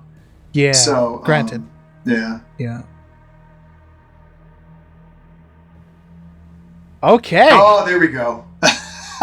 There's Raiden. So now Jeff, again, like Paolo, is a little bit taller than I am, and I think I'm wearing like 2 or 3 inch lifts underneath in those boots. Yes. That was so originally Raiden was, I mean, obviously, as you know, a lot of stuff gets cut out for time or whatever, and Raiden was actually supposed to bust out a really cool move early on, like in the 3rd or 4th episode, and I was going to do this I was going to do a double front brainy out, kind of like a double front flip with a half twist out. And we just didn't get to it. It was going to be out in the forest somewhere, and we didn't get to it. What was going on in that scene, if I may ask? I don't remember. I think it was probably one of those bonus things that if there was time for it, great. If not, no. But it didn't affect the storyline. But this day in particular, I think this was during the Raiden Shao Kahn scene, which I doubled for Jeff on both of those characters as well. Yeah. Okay. So the episode where you did do that stunt but it didn't make it through, that must have been number 4. I'm guessing maybe a Mortal Kombat. Maybe. Oh God, I couldn't remember. It was one of those days where I just threw they were like, oh, Raiden's going to do this move, and I was like, okay. So I slapped the Raiden stuff on and got in the wig, but we just didn't get to it for whatever reason, which happened a lot. Yeah. Oh, look at that. There you are, Shao Kahn. Oh, there we go. Yeah. That was such a cool costume. It and really, so really great. was. I mean, what a great performance that guy, he gave for both those characters. Yeah. Really, really well done. And I think Jeff mentioned this as well. They were kind of toying with the storyline that they were brothers. Yeah, twins. Yeah. So now you would know better than I. Is that in the Mortal Kombat universe? Are they brothers or no? That was just something that the show wanted to do. Well, like even the movie Mortal Kombat Annihilation, they made that a thing, and Shinnok was their dad. A lot of that was just really kind of just for Larry's universe. Gotcha. But what is true is that Raiden was always the protector of Earthrealm. Whereas Shao Kahn was actually, his role was sort of like the protector of Outworld, actually. Oh, interesting. Okay. And the original ruler of Outworld was actually Onaga. He's a dragon king. And what had happened, long story short, is Shao Kahn started getting greedy. He wanted to take full control. And so he poisoned the dragon king and got the title as emperor, and that's when, with his evil deeds, he started conquering all these realms. Dude, check you out. Larry needs to hire you as a consultant for all of his Yeah. projects going forward. My God, you are a wealth of information. I don't know any of this. I'm like, what? Who am I playing today? Yeah. Give me a costume. Learned something new today. That's awesome. Very cool. Yeah, so they were going to, I don't know if I can't recall if they actually hinted at it during our season, but I know that, again, rumors, I mean, Larry would say, oh, in the second season, we're going to do this and, whatever. And we were all kind of keeping our fingers crossed. But I know that was kind of they were going to reveal that they were brothers and kind of go from there. But yeah, this was one of the last days that we shot, and it was, I think Jeff mentioned this as well, it was just on an empty sound stage that had just giant black duvetine drapery around it to kind of, I know they want to do a little bit more with it from a visual standpoint, but just there wasn't the money, but it worked. I mean, they added some lighting effects and things like that, but that was where we actually got to do a lot of I think most of the wire work that we did on the whole season. I did 2 or 3 ratchets that day where, you're in a vest and, you're in a harness and there's a pneumatic, compress, a giant cylinder and you're on a wire and it compresses and you get pulled back. And so I did a couple of those because these hits, I mean, these were the 2 strongest characters. And so Larry was like, these hits have got to be huge. It can't just be a regular reaction. And so as Shao Kahn, I got ratcheted back a couple times. And then we also had a couple mini tramps standing by and flipping all over the place. And of course, Jeff was jumping in and out of. He would do one side, and I think we shot it over 2 or 3 days. And Jeff did all of Raiden on one side, and then all of Shao Kahn on the other side. And I was jumping back and forth. And I think when I was Shao Kahn, John might have jumped. I think John might have jumped in when we both had to be on screen as doubles. I think John jumped in there. Oh, interesting. Yeah. Jeff said that there were some scenes cut out where Shao Kahn was kind of flying around, but he said it looked a little goofy or something. But he also mentioned that you guys cut some stuff with like different weapons. Is that accurate? Can you remember the weapons? Yeah. So there was he got rid of he got the sword kind of late in the fight. And I think they showed him with a hammer. Did they ever show him with a hammer? Yes, Raiden did have the hammer. Okay, that got cut way down because we rehearsed a whole sequence where it was sword versus hammer for a while. Oh wow! And I think if I recall, he just pulled it out and like nails Shao Kahn, and then it goes away. That's it in the episode. Yeah. So we had a whole nother segment that was worked out where they were fighting with the sword and the hammer. Yeah, that would have been fantastic. Cut for time. It's interesting because so many things got cut for time, and yet they were in the editing room. They were always extending our fight scenes, and I think that's just because of the running time of the show for whatever reason. So we would always choreograph these fights to where they would be about 90 seconds to 2 minutes at the longer end. And sometimes they would overlap some moves and some inserts. So like inserts are when the camera's really tight and you just see kind of hands, doing blocks and punches. We did a ton of that stuff. And so sometimes they would run those and rerun those and maybe flip them in post to extend the fight scenes. So it's upsetting that so much stuff got cut for time, but again, it's structural. It has to fit into the storyline structure of the show itself, the episode. Yeah. So, do you remember holding a spear or something of that nature? I think that's no. I don't. Or anything else in the fight at all? Like any special abilities? This sword is the only thing I remember holding, but I could be wrong. But you know what's kind of a funny little fact about the show? It's that sword is actually one of the biggest bloopers ever because what was it? I think it was in Balance of Power. Kiri sneaks into the throne room and steals the sword for herself, and then he's freaking out, Shao Kahn, at the end of the episode, throwing stuff. I will have my revenge, blah blah blah. Right, and the funny thing is magically, lo and behold, he has the sword again in this episode. He's Shao Kahn. He can get another one. It came back from that. So when things disappear without any kind of rhyme or reason, we always say they went to the magic place. And so in this case, it came back from the magic place.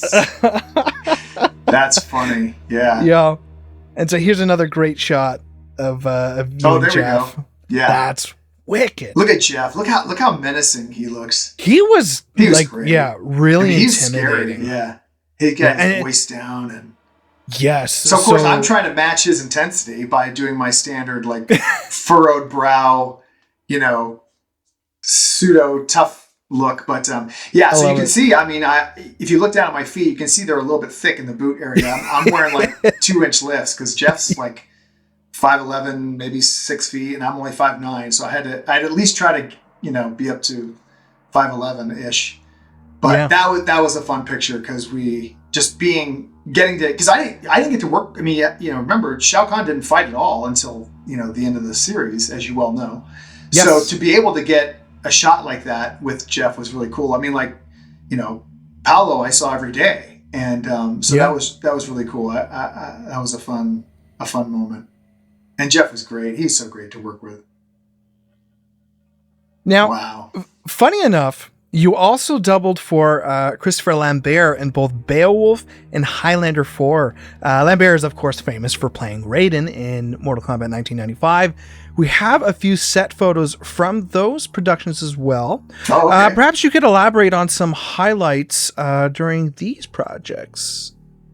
Yeah, boy, oh, wow. So there, that's in Romania. I think that's the last day of filming. It was Beowulf, freezing outside. Beowulf, yeah. This is in 1997. We shot in Romania from October to December. And I had auditioned, as I mentioned, for Larry in Los Angeles in September. So it was a pretty quick, it all happened pretty fast.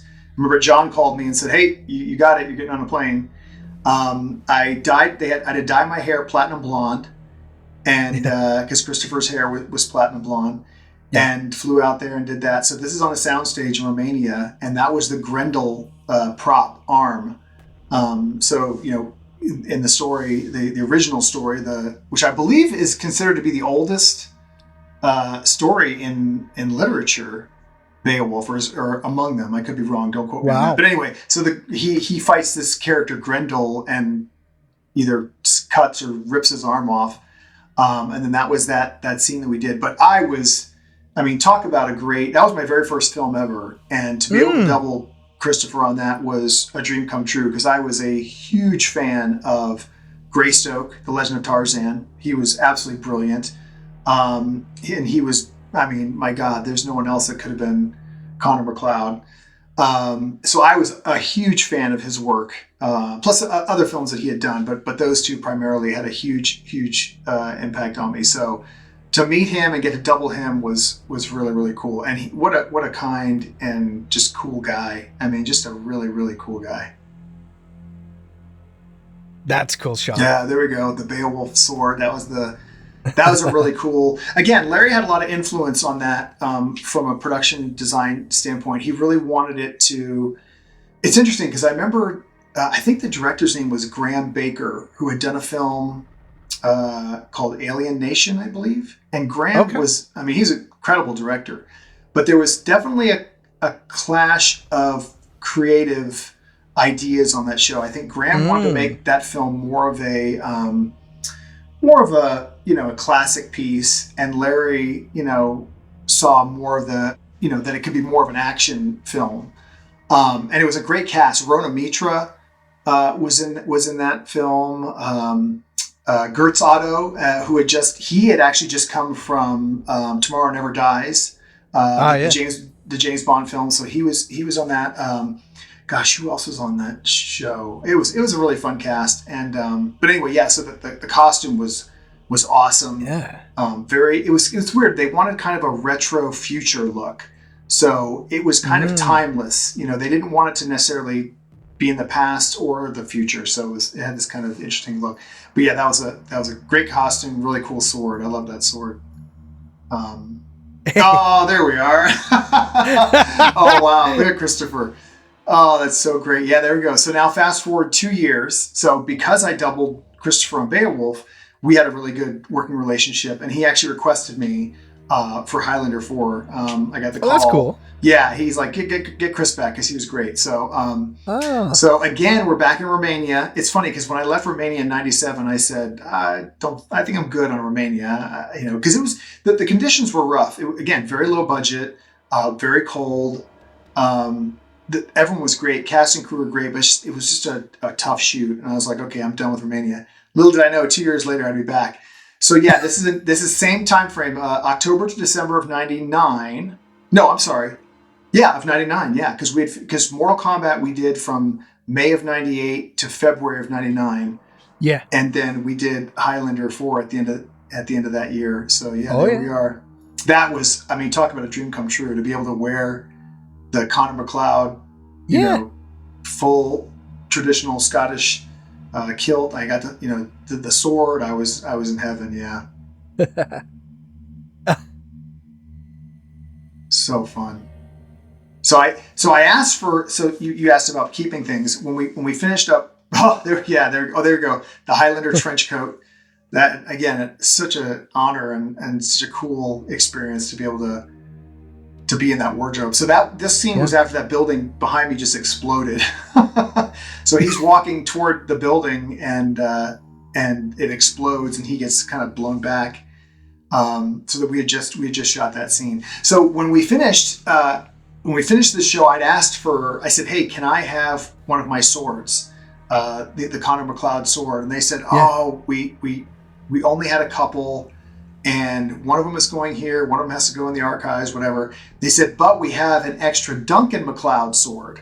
So it was a consolation. It was fine. I actually got the Duncan McLeod sword, which is still cool. I mean, to have Adrian Paul's sword, but I was like, I really want the Connor sword, but it's fine. Donnie freaking Yen. Oh yeah, there you go, fighting Donnie Yen. That was interesting. Yeah, Donnie is, man, he's intense. He's intense. I'll say that. He was, I mean, very cool, very professional, but man, his choreography is just like boom, boom, boom. And yeah, he was fun to work with. It was cool to work with him just because of, I mean, it's not only the work that he had done, but what he did kind of after that, all the films that he was involved with kind of after that project. But yeah, I've been very fortunate to fight a lot of really cool, iconic action actors in my time. I worked on a TV show called Martial Law. I got to fight Sammo Hung one-on-one. That was amazing. Wow. Donnie Yen, got to fight Donnie. That was great. Yeah, really, really cool experience. And again, we're freezing our butts off right there. I have like 4 layers of long underwear underneath that. Now there, I wasn't doubling Christopher. I think I was just playing one of John and I both played monks on that show. Okay. And this was like this like temple, and the immortals were coming. The bad immortals were coming to attack this kind of like sanctuary. And so we're rehearsing the fight scene that takes place out in front of that building. Oh, that's pretty cool. Funny. Well, that comes to the end of that slideshow. Wow. Well, that was a blast, man. Thank you for so that cool. Stroll down memory lane. Yeah. Now, I do have just a few questions regarding Conquest before we get to our last segment of the show. Okay, so what do we got here? Well, we do always like to ask on Kamidogu if there were any funny bloopers on set. Was there ever anything that just wasn't going to plan, ended up being a pretty hilarious situation in hindsight? Oh, wow. Bloopers wise. No, I don't. I mean, not that comes to mind. I'm sure we had plenty of them. But nothing really kind of stands out. I'm trying to think of anything ever like, oh, well, one time, could have been bad. So, as I mentioned, we were using mini tramps for everything. Anytime you hit, it had to get some big air. And so to keep a mini tramp secure when you hit it from kind of, bouncing with you, you put sandbags on it. And so the fight scene where Scorpion and Kung Lao are fighting after Jen had been hit with the fireball or whatever. Yeah. I do the entrance as Scorpion. I do a double front flip and land. And we were doing one take where because I'd done it a few times, the sandbag had kind of shifted and it completely just came off the bottom support. And so when I hit the mini tramp actually like flipped with me, like came forward. Oh. And I set up, and then that happened, and I just became completely lost because it wasn't the takeoff that I had planned on. Yeah. And all you just see is just ceiling and floor, and I land on my back, thankfully. And John thought I did it on purpose. He goes, "What was that? Why would you?" He's like, and I was like, I'm laying there on the pad. I was like, I didn't mean to do that. He goes, "Oh." I go, "Yeah." The mini tramp like gave out. And he goes, "Oh, the sandbag moved. Okay, sorry. Go again." So I was like, why would I do that on purpose? But yeah, no, thankfully everything went to plan for the most part. Some fun stuff, like I said, with Paolo for getting some choreography and fun stuff like that. But for the most part, no, everything kind of, no real big bloopers per se. No, so they never pulled any pranks on you, eh? Because Bruce Locke, it seems they always pulled pranks on that poor guy. I know, again, actually, with Bruce and Tracy, there was a fart machine they injected. My God. I think, in that regard, I think they had more, I don't want to say they had more fun on First Unit, but they had, it was probably more conducive. It was a more conducive environment for that stuff because we were so tight. We had to, low budget. They didn't like paying overtime. Anything past 8 hours was overtime. And so we were cranking these fights out. So we really didn't have a lot of time to kind of, mess around or do anything silly. That's fair. Yeah. First Unit had a lot more of those kind of fun moments, I think. Plus, the actors, I think they just naturally have that just playful, they made the environment so fun. And when we do the fight stuff, we're just kind of no BS. Like, hey, we gotta crank these fights out. So yeah. So Conquest has had some legendary wrestlers to a part of the show. As we know, we have Emery Hale, as we had seen images of. Did you get to do anything with Brian the Wrath Clark or Tonga Fafita? Yeah, I fought Tonga. Yeah, he was great. That was in the little circle of Festival of Death, I believe. Festival of Death? Yeah. I was Kung Lao for that and got to do, again, front flip axe kick that didn't really work because he was so tough. That's the first time we tried to kind of did that. It doesn't work against wrestlers. You would think Kung Lao would learn. Yeah, that's right. That is true. I forgot about that. Yeah. Tried it. You did attempt that. Yes. So Kung Lao needs to learn that it doesn't work against wrestlers. It only works against undead ninjas. I got to fight Tonga. He was great. Again, just like Emery. Just such a strong guy. Picked me up and threw me around, and we had a lot of fun. And then who was the other wrestler you mentioned? Brian the Wrath Clark. He was on the Tomas episode, Twisted Truth. What did he play? He played, apparently, a palace guard that was used by Vorpax to set Tomas up. So he looked like the bad guy in the end. Oh, okay. No, I don't think I had any interaction with him. Yeah, it looked like mostly in that fight anyways that it was JJ. But you said you did some flips, though. Yes, of course. I'm sorry. Now I remember. Yes. JJ did that fight, but I think I did some flips for that. Okay. Yes. Now, yeah. I was like, God, shame on me. It's funny. I was thinking of on Highlander 4, there was a wrestler, the Edge. Oh, Edge. He was in Highlander 4. He had a character, and I fought him as Christopher as Connor. Yeah. So, and actually, he went on. He's had an amazing acting career. Good for him. He's done a ton of stuff. I think he had a great role in the series Vikings. If you watch that show, he had a really cool role in that show. So good for him. He went on to really, a lot of times they would get these sort of guest stars from other, aspects of the industry, whether they be wrestlers or, things of that nature. And they would just kind of go back to their, mainstream media. But a lot of times you have that crossover and people are able to really kind of turn it into, I think probably one of the best examples of that was probably Brandon Lee. He was known primarily for martial arts, obviously being Bruce Lee's son. And Yeah. I think he was really, he was such an incredibly gifted, talented actor. And it's a shame because I think he would have had a really incredible life and career, but he really broke that mold of like, I'm not just a martial artist. Like The Crow really solidified him as a serious actor. And I think he was really destined for some greatness as far as performances are concerned. Most certainly. But Edge, good for him. I forget his name. Shame on me. The man has a name. I just don't know it offhand. But that's right. Yes, I do remember that. The big guy. He had like the Brian. He had that like kind of like black goatee. That's correct. Long black hair. Yeah. Yep. I think JJ fought him, and then I just kind of flipped around, thankfully, because he was another tough cookie. Yeah. So always all these great. It's funny because as far as meeting up with people and crossing paths again, Jamie Presley, who played, what was her character's name on Mortal Kombat? Mika. I worked with her again on a motorcycle themed movie called Torque, which was interesting. But saw her again. I was like, "Hey, Jamie, it's Chris from Mortal Kombat." She goes, "Oh my God!" She goes, "Your hair's not dark." I go, "No, I was just for that show."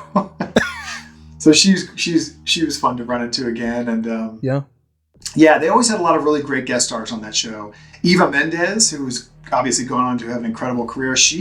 Mortal Kombat was one of her first thing she ever did. Yeah. So she was great. Adani, oh my God, what a great performer, who played Quan Chi. Oh, legendary. Yeah. He's gone on to have an incredible acting career as well. Yeah. He was great on 24. Mm-hmm. 24, yeah. And it's funny, I doubled, I was one of the Kiefer Sutherland doubles on 24. So I don't think we worked together though. Okay. Yeah, I'd worked stunts on that show, and my good friend Jeff Cadiente, who was the stunt coordinator, and he had done Martial Law. He did VIP, the Pamela Anderson TV series. They had a number of coordinators on 24, but Jeff took over the show for a while. And Eric Stabenow, who's an incredible stunt man, he was Kiefer's full-time double, but Eric got hurt, and so Jeff brought me on, and I did, I think, about 9 or 10 episodes for Kiefer. Yeah. Okay.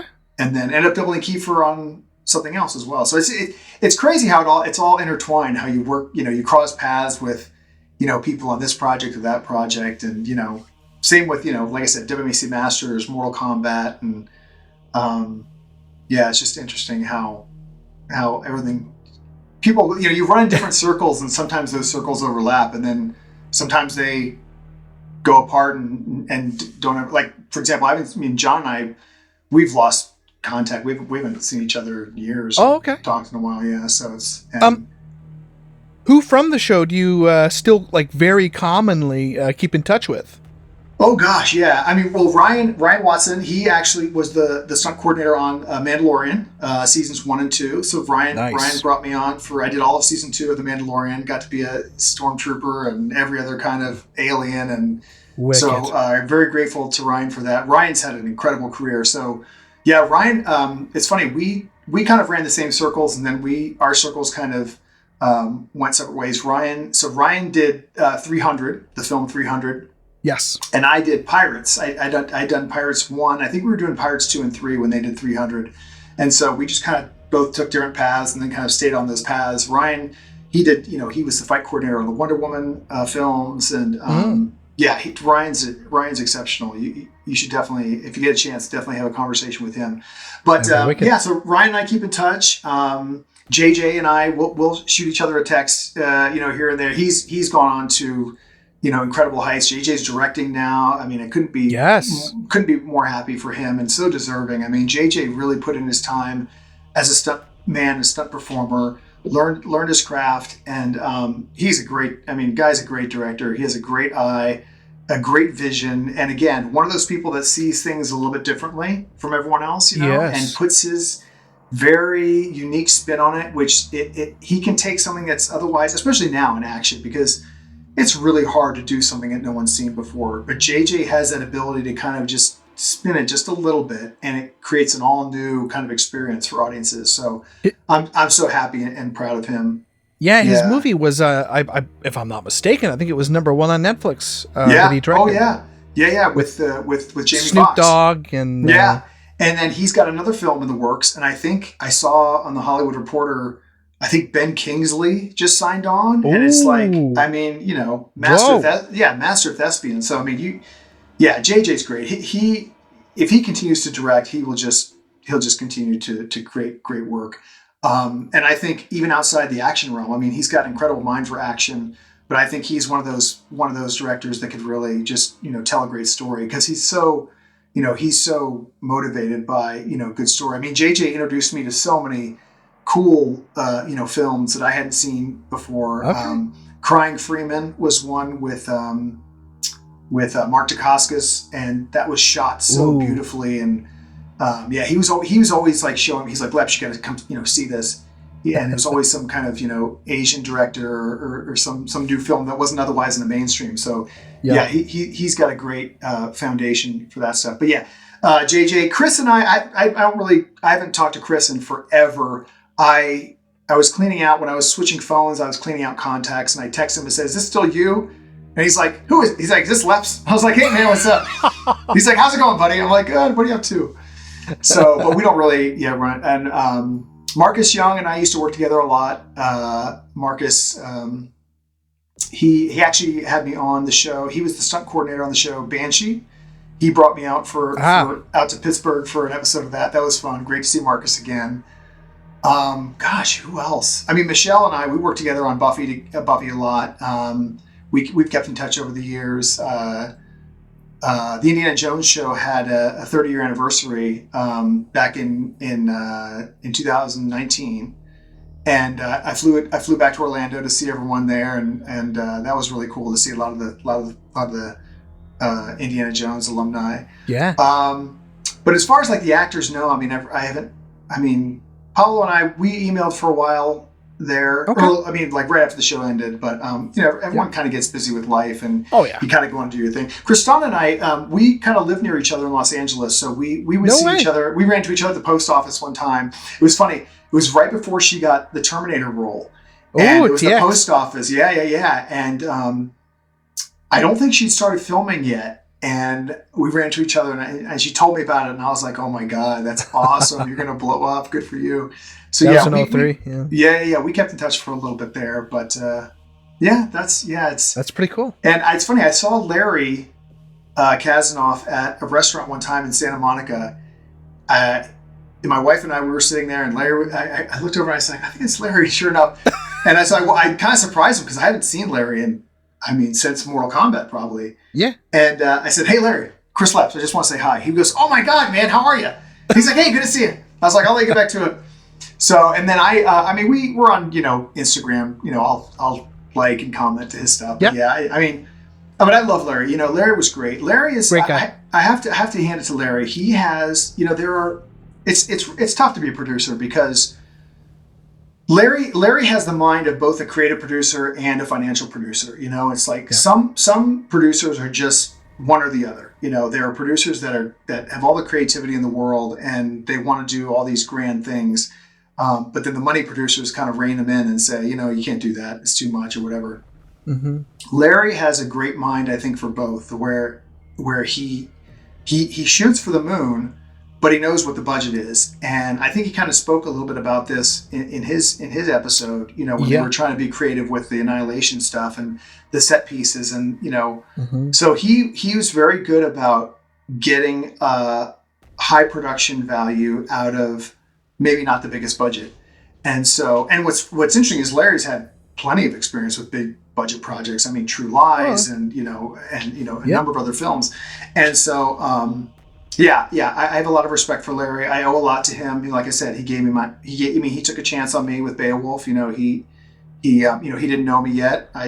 John put in a good word for me and I had that audition. And so, and then with Mortal Kombat, but sadly, I would have thought we'd have worked together a lot more since then, but we haven't. So we'll see. Yeah, I think I'm no longer the right person for the job in front of the camera when it comes to Mortal Kombat, but I'd definitely be down to do something behind the camera. So we'll see. I mean, Larry's got a Rolodex of people he can use. So, but it'd be fun to work with Larry again on anything, not just Mortal Kombat. Sure. So impressively, as we've slightly discussed before, you've been in almost every episode of Conquest, 20 episodes total. Out of all the different stunt roles in that show, everything you did, what would you classify as maybe the most challenging or some of the most challenging that you did in that show? And do you have a personal favorite by chance? Yeah, I mean, that's a great question. I'm really proud of the stuff that we came up with for Kung Lao. I'm incredible. I think one of my favorite on-screen moments is when I did the back layout step out kick, which is now they call it a flash kick. When I was doubling for Chris as Scorpion, and I kicked JJ Perry, they're fighting whatever, and then I do the backflip, and my legs kind of scissor apart, and JJ took an awesome reaction. He just got taken right off his feet. That's one of my favorite. I mean, I'm not really in the stunt realm much anymore, but that was on my stunt reel right up to the end because I was just so proud of that. And I actually came up with that on Beowulf. I did that in the film Beowulf. Okay. Again, it was one of those things where Larry was like big moves and acrobatic moves. And so, I was on a mini tramp and just kind of bounced, and you do this kind of cool back layout scissor kick thing, and you can hit someone on the way up, and it looks so cool. And I mean, now these young kids do it, without mini tramps, piece of cake. They probably do two of them. I think they call it a flash kick. But anyway, I mean, again, to my knowledge, I was one of the first people to kind of do that on American television, and so I'm pretty proud of that. Wow. And to be able to do it as Scorpion and against fighting JJ was just kind of a neat. I'm super stoked about that. But really, all the Kung Lao specialty moves were really a lot of fun to come up with, and it was cool because it forces you to think, to take things to the next level, and not just rest on your laurels and really think, okay, what can we do now? And then so many reactions on that show. I mean, I did so many hits as ninjas, and I mean, so many crashes. I mean, they're breakaway, crates and things like that. But it still hurts. People think that's like, people call it fake glass and fake wood, and it's like, no, it's real. You're still hitting the ground. It's still an impact. And we have pads and things of that nature, but we got beat up on that show in the best possible sense. I mean, it was a lot of hard work, a lot of blood, sweat, and tears. And and I think I can speak alongside everyone else. I know some of the cast had mentioned this as well. I think I'm so incredibly proud of what we did on that show at that time. I think we kind of paved the way for some action elements on television. And again, it's a shame it didn't go another season, because I think that everyone, I mean, you look at so many popular shows that ran 5 or 6 seasons, and if you look at their first season, they really weren't that dialed in. It's usually by the second or third season where everyone really kind of finds their stride, finds their rhythm. And I mean, everyone from the top down, the cast, the crew, the writers, the directors, everyone just they really have it dialed in and are laser focused on the story they're trying to tell. And so I would have liked to have seen where the show would have gone, not only as a performer, I would have loved to have continued to work on it, but as an audience member, because I watched, whenever the show aired, I was watching to see, hey, here's what we did, or, see how that turned out, whatever. So I think I'd mentioned to you in an email that it was rumored that had the show gone a second season, that Ray Park of Darth Maul fame and others, Toad from X-Men, and myself were going to be Sector and Cyrax, but we were going to be the human forms of that. And it's funny because John kept telling me, he's like, I'm going to, because John would have some input on who these guest roles would be. Like he would say, hey, he would go over to casting and say, would you mind reading so-and-so? Like Mike Roberts actually played, he doubled for Ciro and Daniel. He played he played a character that was in like a chair, and he like broke out of his chair and fought. I forget which it was, but he had a speaking role and everything. So John was like, hey, I want you to play a character, but I'm saving you for a good one. I'm saving you for a good one. And he kept telling me that. And then the show didn't get picked up. And he said, I guess I waited too long. And I said, oh, that's okay. But yeah, so when the show was winding down, we were hearing all these rumors about this was going to happen, that was going to happen. And John was like, Larry wants to get Ray Park on the show. And I think you and him are going to be Sector and Cyrax. And I was like, oh my God, that's awesome. And so I'd actually put together like a little demo of like what I could have done as whichever one I was going to be. Okay. Yeah, but it just didn't happen. Oh wow. Oh, that would have been the coolest thing. Yeah. Because we've seen some of that backstory a little bit in the video game Mortal Kombat 9, which was pretty cool. We saw glimpses of it in another show called a live action show, Mortal Kombat Legacy. But man, yeah, back in like, 99 or 2000, whenever that would have aired, that would have been fantastic. Yeah. It would have been, and I know all the cast was bummed. I mean, everyone was bummed. It was great. I mean, we had such a great cast and crew. Everyone was so great working together. I don't remember any drama on that show. It was a well-oiled machine, and it's impressive because, like I said, it was everyone's first time kind of coming together and working. So I think the second season would have been even better and run even smoother. So I think we both agreed too, discussing earlier, that season 1, even around halfway in the show, it just got so good, and it kept getting better and better and better. Like it was really building up. Yeah. So I think the second season really would have been something special. Yeah, I found myself, we didn't really. It's funny because early on, you get the script and you just kind of look at the action and say, okay, what am I doing? What's the fight? Whatever. But like you said, as a testament to the writing and things of that nature, I found myself reading more of the scripts as the seasons went on because I was curious. I was like, wait, I want to find out I didn't want to spoil it too much, but I would always like kind of see John's script and I'd be like, oh, no, okay. Oh. So, yeah, it was a fun show. I mean, I thought it was interesting because it gave a lot of different audiences what they wanted. It's like if you were a straight up martial artist and you love Mortal Kombat, boom, you had the action. If you want to see some skin and look at beautiful men and women, boom, it had that for you too. Yeah. But it also had, I thought they were doing their best to create good story, and I think that's why it was so smart to set it as a period piece, because it allowed that time. It was just more conducive for that timeline. And I thought everyone just was so passionate about what they did. Paolo and Tracy and Jeff and Bruce and Daniel and Kristana. I mean, they all really cared, about the show and about the characters. And it was a really special thing. So, and I was honored and privileged to be a part of it. Yeah, beautifully said. So did you hear by chance any other rumors about season 2 at all? And secondly, was there anything in season 1 that, were there any concepts drawn up about something that was going to happen, but it ended up being scrapped? Were there any deleted scenes that you did and so forth? Yeah, I mean, I wasn't really privy to a lot of that stuff. That was kind of, that was more the creative level. The writers and the directors, producers were talking about that stuff. Again, the only rumors I kind of heard toward the end there were that, Shao Kahn and Raiden were brothers. John told me that I might, get a part.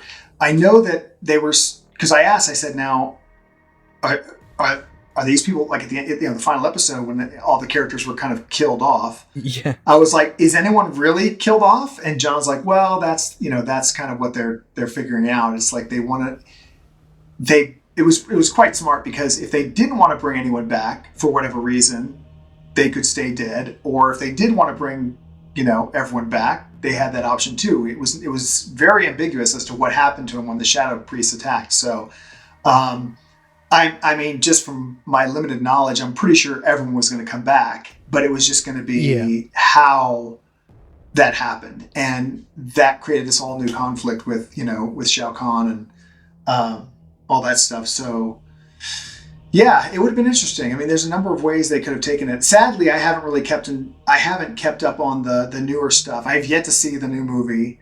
Okay. It's overwhelming. I mean, it's just, there's so between, I've gotten more selective with my media as I've gotten older, just because, it's like you care more, your time is more limited, and you care really about what you're watching. But I saw the trailer and I'm like, my God, it looked awesome. And it was fun. The stunt teams are doing stuff that, we couldn't dream of back then, but again, that was back. I mean, I remember when, a flying sidekick was like a big move. I remember the first time I saw there was a martial artist on the circuit. His name was Charlie Lee.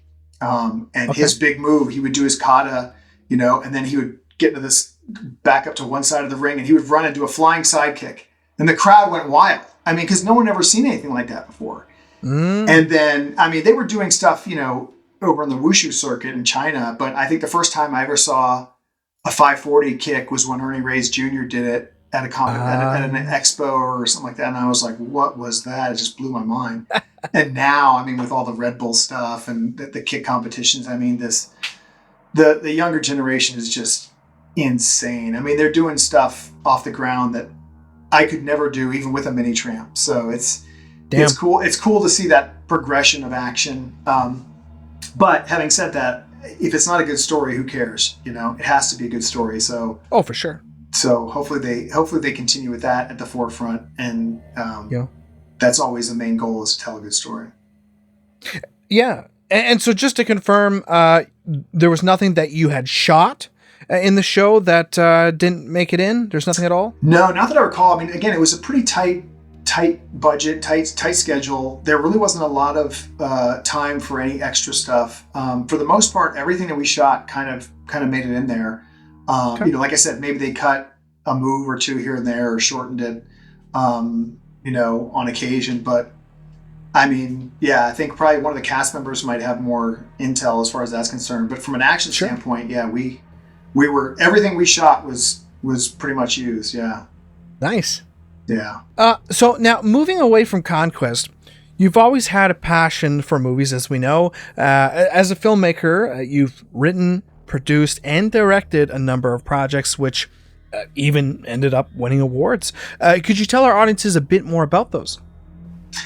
Yeah, thank you for asking. I mean, like I said, when we first started, I always wanted to be a filmmaker, since I was a little kid. And, the stunt realm was a great way to, again, kind of work in the industry, learn my craft, allow me to, buy my own equipment. And, my very first probably editing experience was my Mortal Kombat reel. I mean, I was, working with two VHS machines with jog shuttles, and like, okay, stopping there, okay, record, stop. I mean, it was crazy. So that was my first kind of, dipping my toe into kind of that world. But I really fell in love with editing early on, because I saw that from a filmmaking standpoint, good editing can make or break you. And, editing in the editing room is really where, obviously on set, that's where the first part of the movie magic happens. But the editing room is where a lot of it happens. And in many ways, you can sort of mold the storyline. And so I became very interested in editing, and I knew that, I wanted to kind of have that creative control when in my own films. And so, for no other reason other than necessity, I would always shoot and edit my own projects. And so, on an independent level. And so, yeah, I had a pretty good run as an independent filmmaker. I ran the festival circuit and won some awards. Nothing major. I was never a Sundance alumni or anything of that nature. But yeah, I still do some directing to this day. I'm in that kind of the corporate realm now. I do some a lot of work with corporations. I've worked with Disney and Amazon and things of that nature. Okay. Just doing some of their projects, smaller projects on the internal side, nothing out in the real world yet. Sure. But yeah, for me, story is really is everything. Coming from an action background, people always assume that I want to be a big action director and big explosions and things of that nature. But again, if it doesn't have a good story, then you're just looking at visual, mishmash. Sure. It's just visual bombardment or eye candy or whatever you want to call it. So to me, it's like you have to care about what you're watching, and you have to find an emotional connection to the characters or the story. It has to resonate with you on some level. And if it doesn't, you have to at least be able to relate to it. So if you don't have that, who cares how cool of a move you're doing, or how big the explosion is, or how, cool, whatever. So, you have to have that investment. And so that's what I've always strived for in my creative career. And so, yeah, which is probably why I don't see a lot of films anymore, just because some of them, there's a lot of bad movies being made. Oh, I know. But it's art, hey, but in fairness, It's art, it's subjective, and there's something for everyone. I'm not really big into the superhero films. They don't really do much for me. Again, just because the stakes are pretty low as far as I'm concerned. You know, it's like if you have a character that's indestructible, how real can the danger actually be? Although that isn't to take anything away from all of those artists and all of those creative individuals. I mean, visually, I think those films are beautiful. It doesn't take away from the talent that it takes to create those films. It doesn't take away from the level of, I mean, my God, I know a great number of the stunt performers. The stuff that they're doing on those films is absolutely mind blowing. But as an audience member, it doesn't really speak to me as much, just because, you know, it seems like it's more rooted in the action and less in the character. That's fair. Which you get. Yeah, I mean, like I said, there's something for everyone. Yeah. But thank you for asking. Yes. So, Chris, we're going to get to the last segment of the show now, which is called Final Round. So what we're going to do in this final round is just ask you some quick questions to get to know you a little more. So the first question being, what are some of your secret talents? I don't know that I have any. I mean, tell us something most people don't know about you. Well, that's the problem. I don't think there's anything as far as talents are concerned. I mean, I'm pretty good with movie quotes. I kind of pride myself on being able to speak in movie quotes conversationally. So just kind of this ability to adapt a movie quote to a situation and kind of keep that going and kind of warp it. And I can have full-blown conversations when it comes to movie quotes. My sister Rachel and I do that. My best friend John and I will do that. We'll have text exchanges that just, you know, go on forever. And it's just one movie quote leads to another. So I'm pretty good at coming up with those on the fly. Although, nice. Yeah.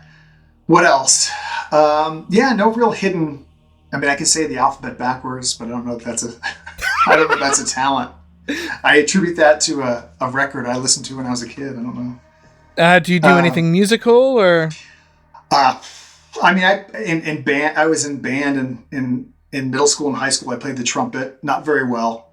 An amateur percussionist. I mean, I had a drum set for a while, and I would put my headphones on, and I never learned to read music as a percussionist, but I would listen to drummers and just kind of learn the beats and things of that nature. But yeah, nothing really musically. I mean, I can play one song on the guitar and one song on the piano, and that's it. Again, not very well. I learned how to play Wonderwall on the guitar for my wife because that's our song by Oasis. Classic. I learned to play that. I surprised her one time. She was saying, it was before we were married. We were just dating at the time. And I sat her down and I said, "Close your eyes," and I brought out my guitar. She didn't know I purchased a guitar or anything. And I said, "You'll know when to open your eyes." And she goes, "Okay." And I started playing Wonderwall, and she opened her eyes, and she was just like, "You have a dude." So yeah, I didn't sing it, but I played it. That's really cool. But nothing really. I mean, I love editing. I love montages, kind of assembling. Yeah, I kind of have there's that film. What's the film? A Beautiful Mind with Russell Crowe, where he looks at an equation and like certain things kind of appear. My brother always says I have this kind of ability to match visuals with music, and it's just kind of this. I just kind of see it, and so I've done a lot of editing with montages and things of that nature, and I kind of pride myself on like not only the hits of the drums or the bass or whatever it might be, but just intentionally, emotionally, how visuals can be supported by music. And I just kind of love that space. That's kind of like my happy place when I'm just kind of editing those things together. So, but I don't know if that's hidden, because and anyone who knows me knows that that's my jam. So, but yeah, but thank you for asking. No, I'll try to come up with something and keep it secret. So next time we speak. Your favorite childhood memory? Do you have one? Oh, wow. Whew. I'm so many. I'm very fortunate. I had a great relationship with my parents growing up, and I still do to this day. And we had our family was very tight and my dad always kind of emphasized the importance of family. And my dad's, full-blown Italian, and he had a kind of a rough childhood, and so I think he learned that family is really important, and he instilled that in us. And I'm very close with my brother and sisters, and my parents, and so we always had so many. I mean, it's funny. I never, and I'm sure many people can relate to this. I never knew how little money my parents had growing up until I became older, and looked back and realized, wow, they really weren't. They really kind of struggled, and but you would never tell from our experiences. I mean, we were all my parents were so good about making sure that we had great family experiences. Whether it was a trip to Disney or a trip to a national monument or a park or visiting family, so many great memories. I mean, growing up in Central Florida, we were very much a Disney family. So Disney has a lot of, Disney's woven into my DNA very early on. The movies were very adventurous, and again, like if Pirates of the Caribbean and Peter Pan were my two favorite rides at Disney, and so if you had told that little kid that he would one day be in the Pirates of the Caribbean films, I would have lost my mind. So that I think is kind of a really special experience that I've had, just how things have come full circle in that regard. But yeah, countless. It's funny. Okay, well, yes. Now having said all that, one of my favorite memories was going to see Raiders of the Lost Ark with my dad. You can tell some of my favorite movies here. I was in my room. I was a terrible student. I never did homework, but the few times that I did, this was one of them. And my dad came in the room, and you have to realize now, speaking to these younger audiences, that there was a time when like Harrison Ford wasn't a household name yet. Mm-hmm. He had only done, American Graffiti and Star Wars. And so that's really all he was known for at that time. But even that was still kind of fresh. Because Raiders came out in 81. And so, Empire had just come out. But anyway, so he came into the room and my dad says, hey, the guy that played Han Solo is in a new movie about an archaeologist that gets into all these crazy adventures. Do you want to go see it? And I was like, of course I do. Closed my book. So my dad and I went to go see Raiders, and that film changed my life. I mean, that film, man, it took filmmaking and storytelling and directing and just all of that woven together. It just took that art form to a new level for me. I would challenge anyone who views Raiders as an action film to go back and watch it again. And I always tell people to watch Raiders with any movie. Watch it with the sound off, because the use of camera, the use of composition, just everything about that film is it's perfect. To me, it's just a perfect film. And so that had a huge impact on me. So seeing that film with my dad was a really special thing. But again, I'm blessed that I've had so many that I don't know what to choose from, but that's definitely among them for sure. Tell us your very first job ever. Oh, wow.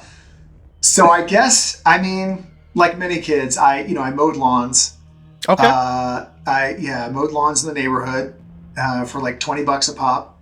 And I bought my first bike because I should say I bought my first bike. My parents got me bikes growing up, but of course I wanted the like BMX, high-end BMX bike. And they said, well, if you want that, you're going to have to pay for it because we'll buy you this bike, but if you want that bike. So I mowed lawns and paid for it. But I think my first official job where I actually like had to fill out paperwork and, they took taxes out of my check, which much to my dismay, I was like, what's up with this? My brother-in-law at the time, still my brother-in-law, but at the time he worked for a local pizza place called Pizza Quick. And this is back in the day, again, no social media, no internet. And he was like, hey, do you want to go out with me and place coupons on people's doors? And he was like, and it paid like $15 for the whole day. It was for a couple hours, So we got in his car and we parked, and then we both had this bag of coupons, and he went one way in the neighborhood and I went the other way, and just literally hung them on doors. And I got my paycheck, and it was for like $12.34. And I called up Sean. I was like, what's up? I thought it was for $15. He's like, well, you got to pay taxes. I was like, what are taxes? What is this? So that was my very first lesson into the realm of actual like working for a paycheck and all that stuff. But yeah. But I had some interesting jobs, you know, again, but my first real job was a Ninja Turtle at Disney. I shouldn't say that. I graduated from high school. I was actually a lifeguard for Disney at first. Yeah, I was a lifeguard at Fort Wilderness and River Country. I did that for several months. And then I tried college for a semester. Didn't work out because I was, you know, I want to be a filmmaker. And at the time, they didn't really have filmmaking classes. They were more of like theater classes, performance, things like that. So I was never a great student anyway. I couldn't wait. I'm more of a hands-on guy. I couldn't wait to get out, you know, close the book, get out in the real world, get my hands dirty and just do it. But then I got the Ninja Turtle audition and got that. So that was definitely my first like regular job and among the best, I have to say, to this day. Yeah. Wicked. Ninja Turtles, Indiana Jones stunt show, Wild West, Mortal Kombat. I mean, just the 90s were just, what a great era. I mean, it's nonstop action. I was just go, go, go. But that's what youth is all about. And so last question, Chris, what are you most proud of? Oh my goodness. I'll try to not give a textbook answer. You know, I'm really proud of my relationships I don't have a lot of friends. I will say I've lost a lot over the years for one reason or another. And I'm tough because I have a high regard for integrity and I have high standards for myself and I hold often it can be detrimental, but I hold people to kind of the same standards that I hold myself to. And as a result, you know, some people have ended up disappointing me and I'm not saying that's their fault. But that's who I am, you know, and, sure. But I will say the few friends that I do have are the best friends in the world. I'm very proud of my relationship with my wife. We've been together, not married, but together now for almost 18 years. And, wow, you know, it's not, you know, relationships are not easy.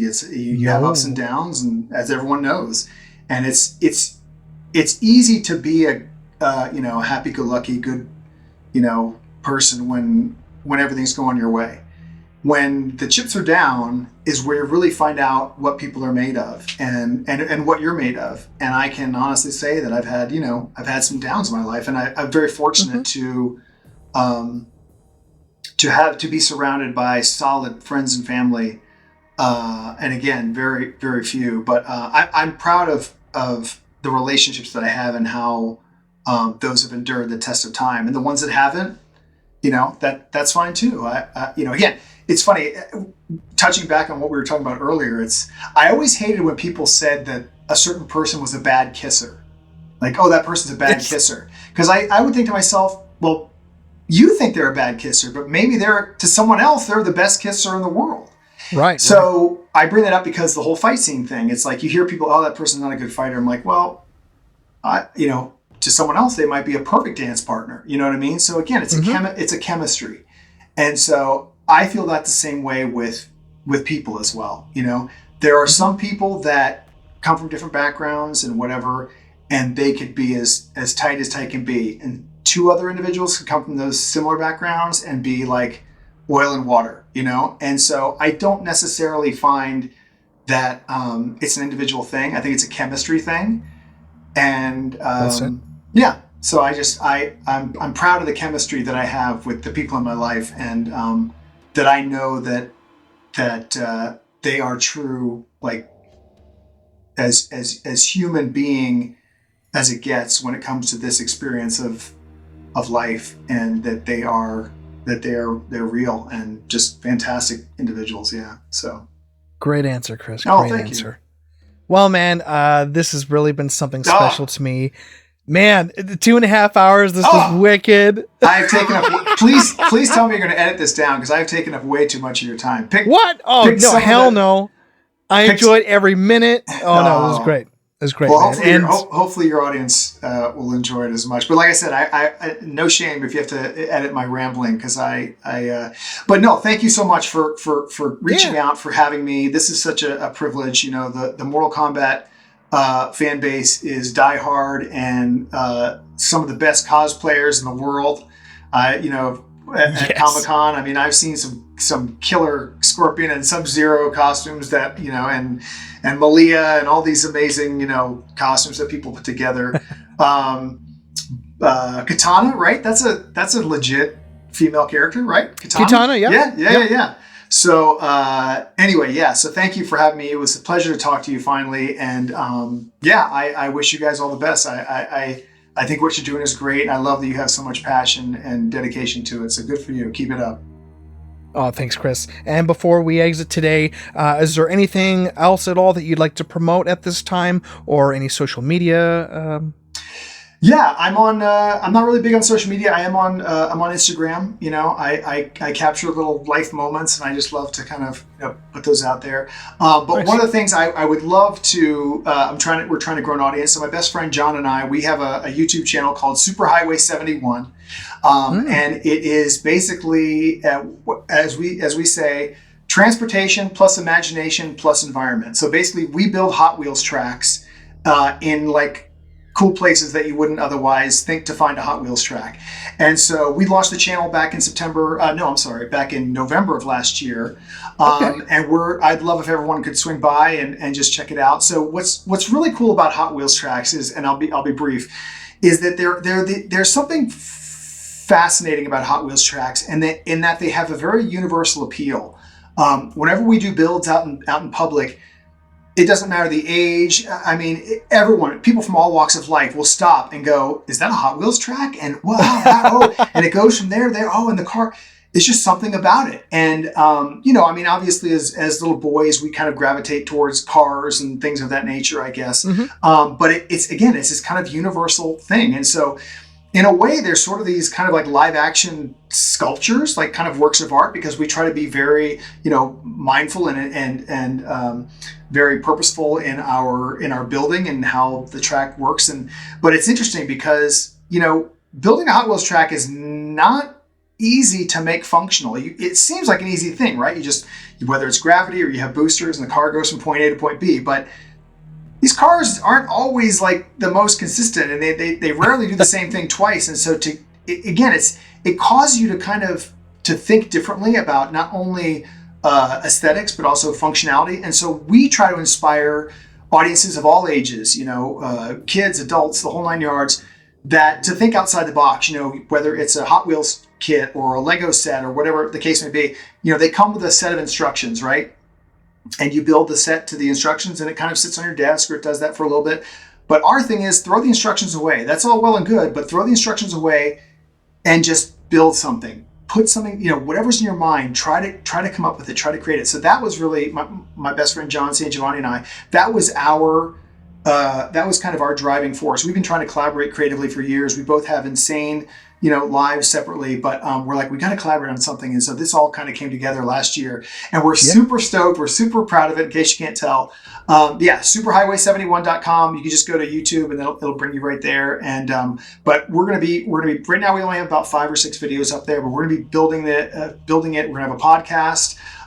We're going to be doing reviews of not only, you know, toys, nostalgic toys, but also, you know, films that, toys of the 70s and 80s, but also films of that era, all the way up through to now. Reviews of, you know, different media that has to do around transportation. So yeah, we're really excited about it. Yeah, so check it out, Superhighway 71. Yes. Yeah. Thank you for asking. Make sure to check that out, everybody. Christopher, I appreciate your time. Can't wait to chat with you again soon. And I wish you the best on all your future projects there and what you just mentioned. So exciting. Oh, thank you so much. Likewise. I really appreciate it, Toasty. You're the man. There you have it, my friends. Chris Leps. What a joy that was. Make sure to support this fine gentleman on all his future projects. He's a good guy and very dedicated to his work. Again, if you are new here, we implore you to check out all of our other interviews and fun videos that we have on the channel. Until next time, you know how it goes. Have fun. stay safe, and stay flawless.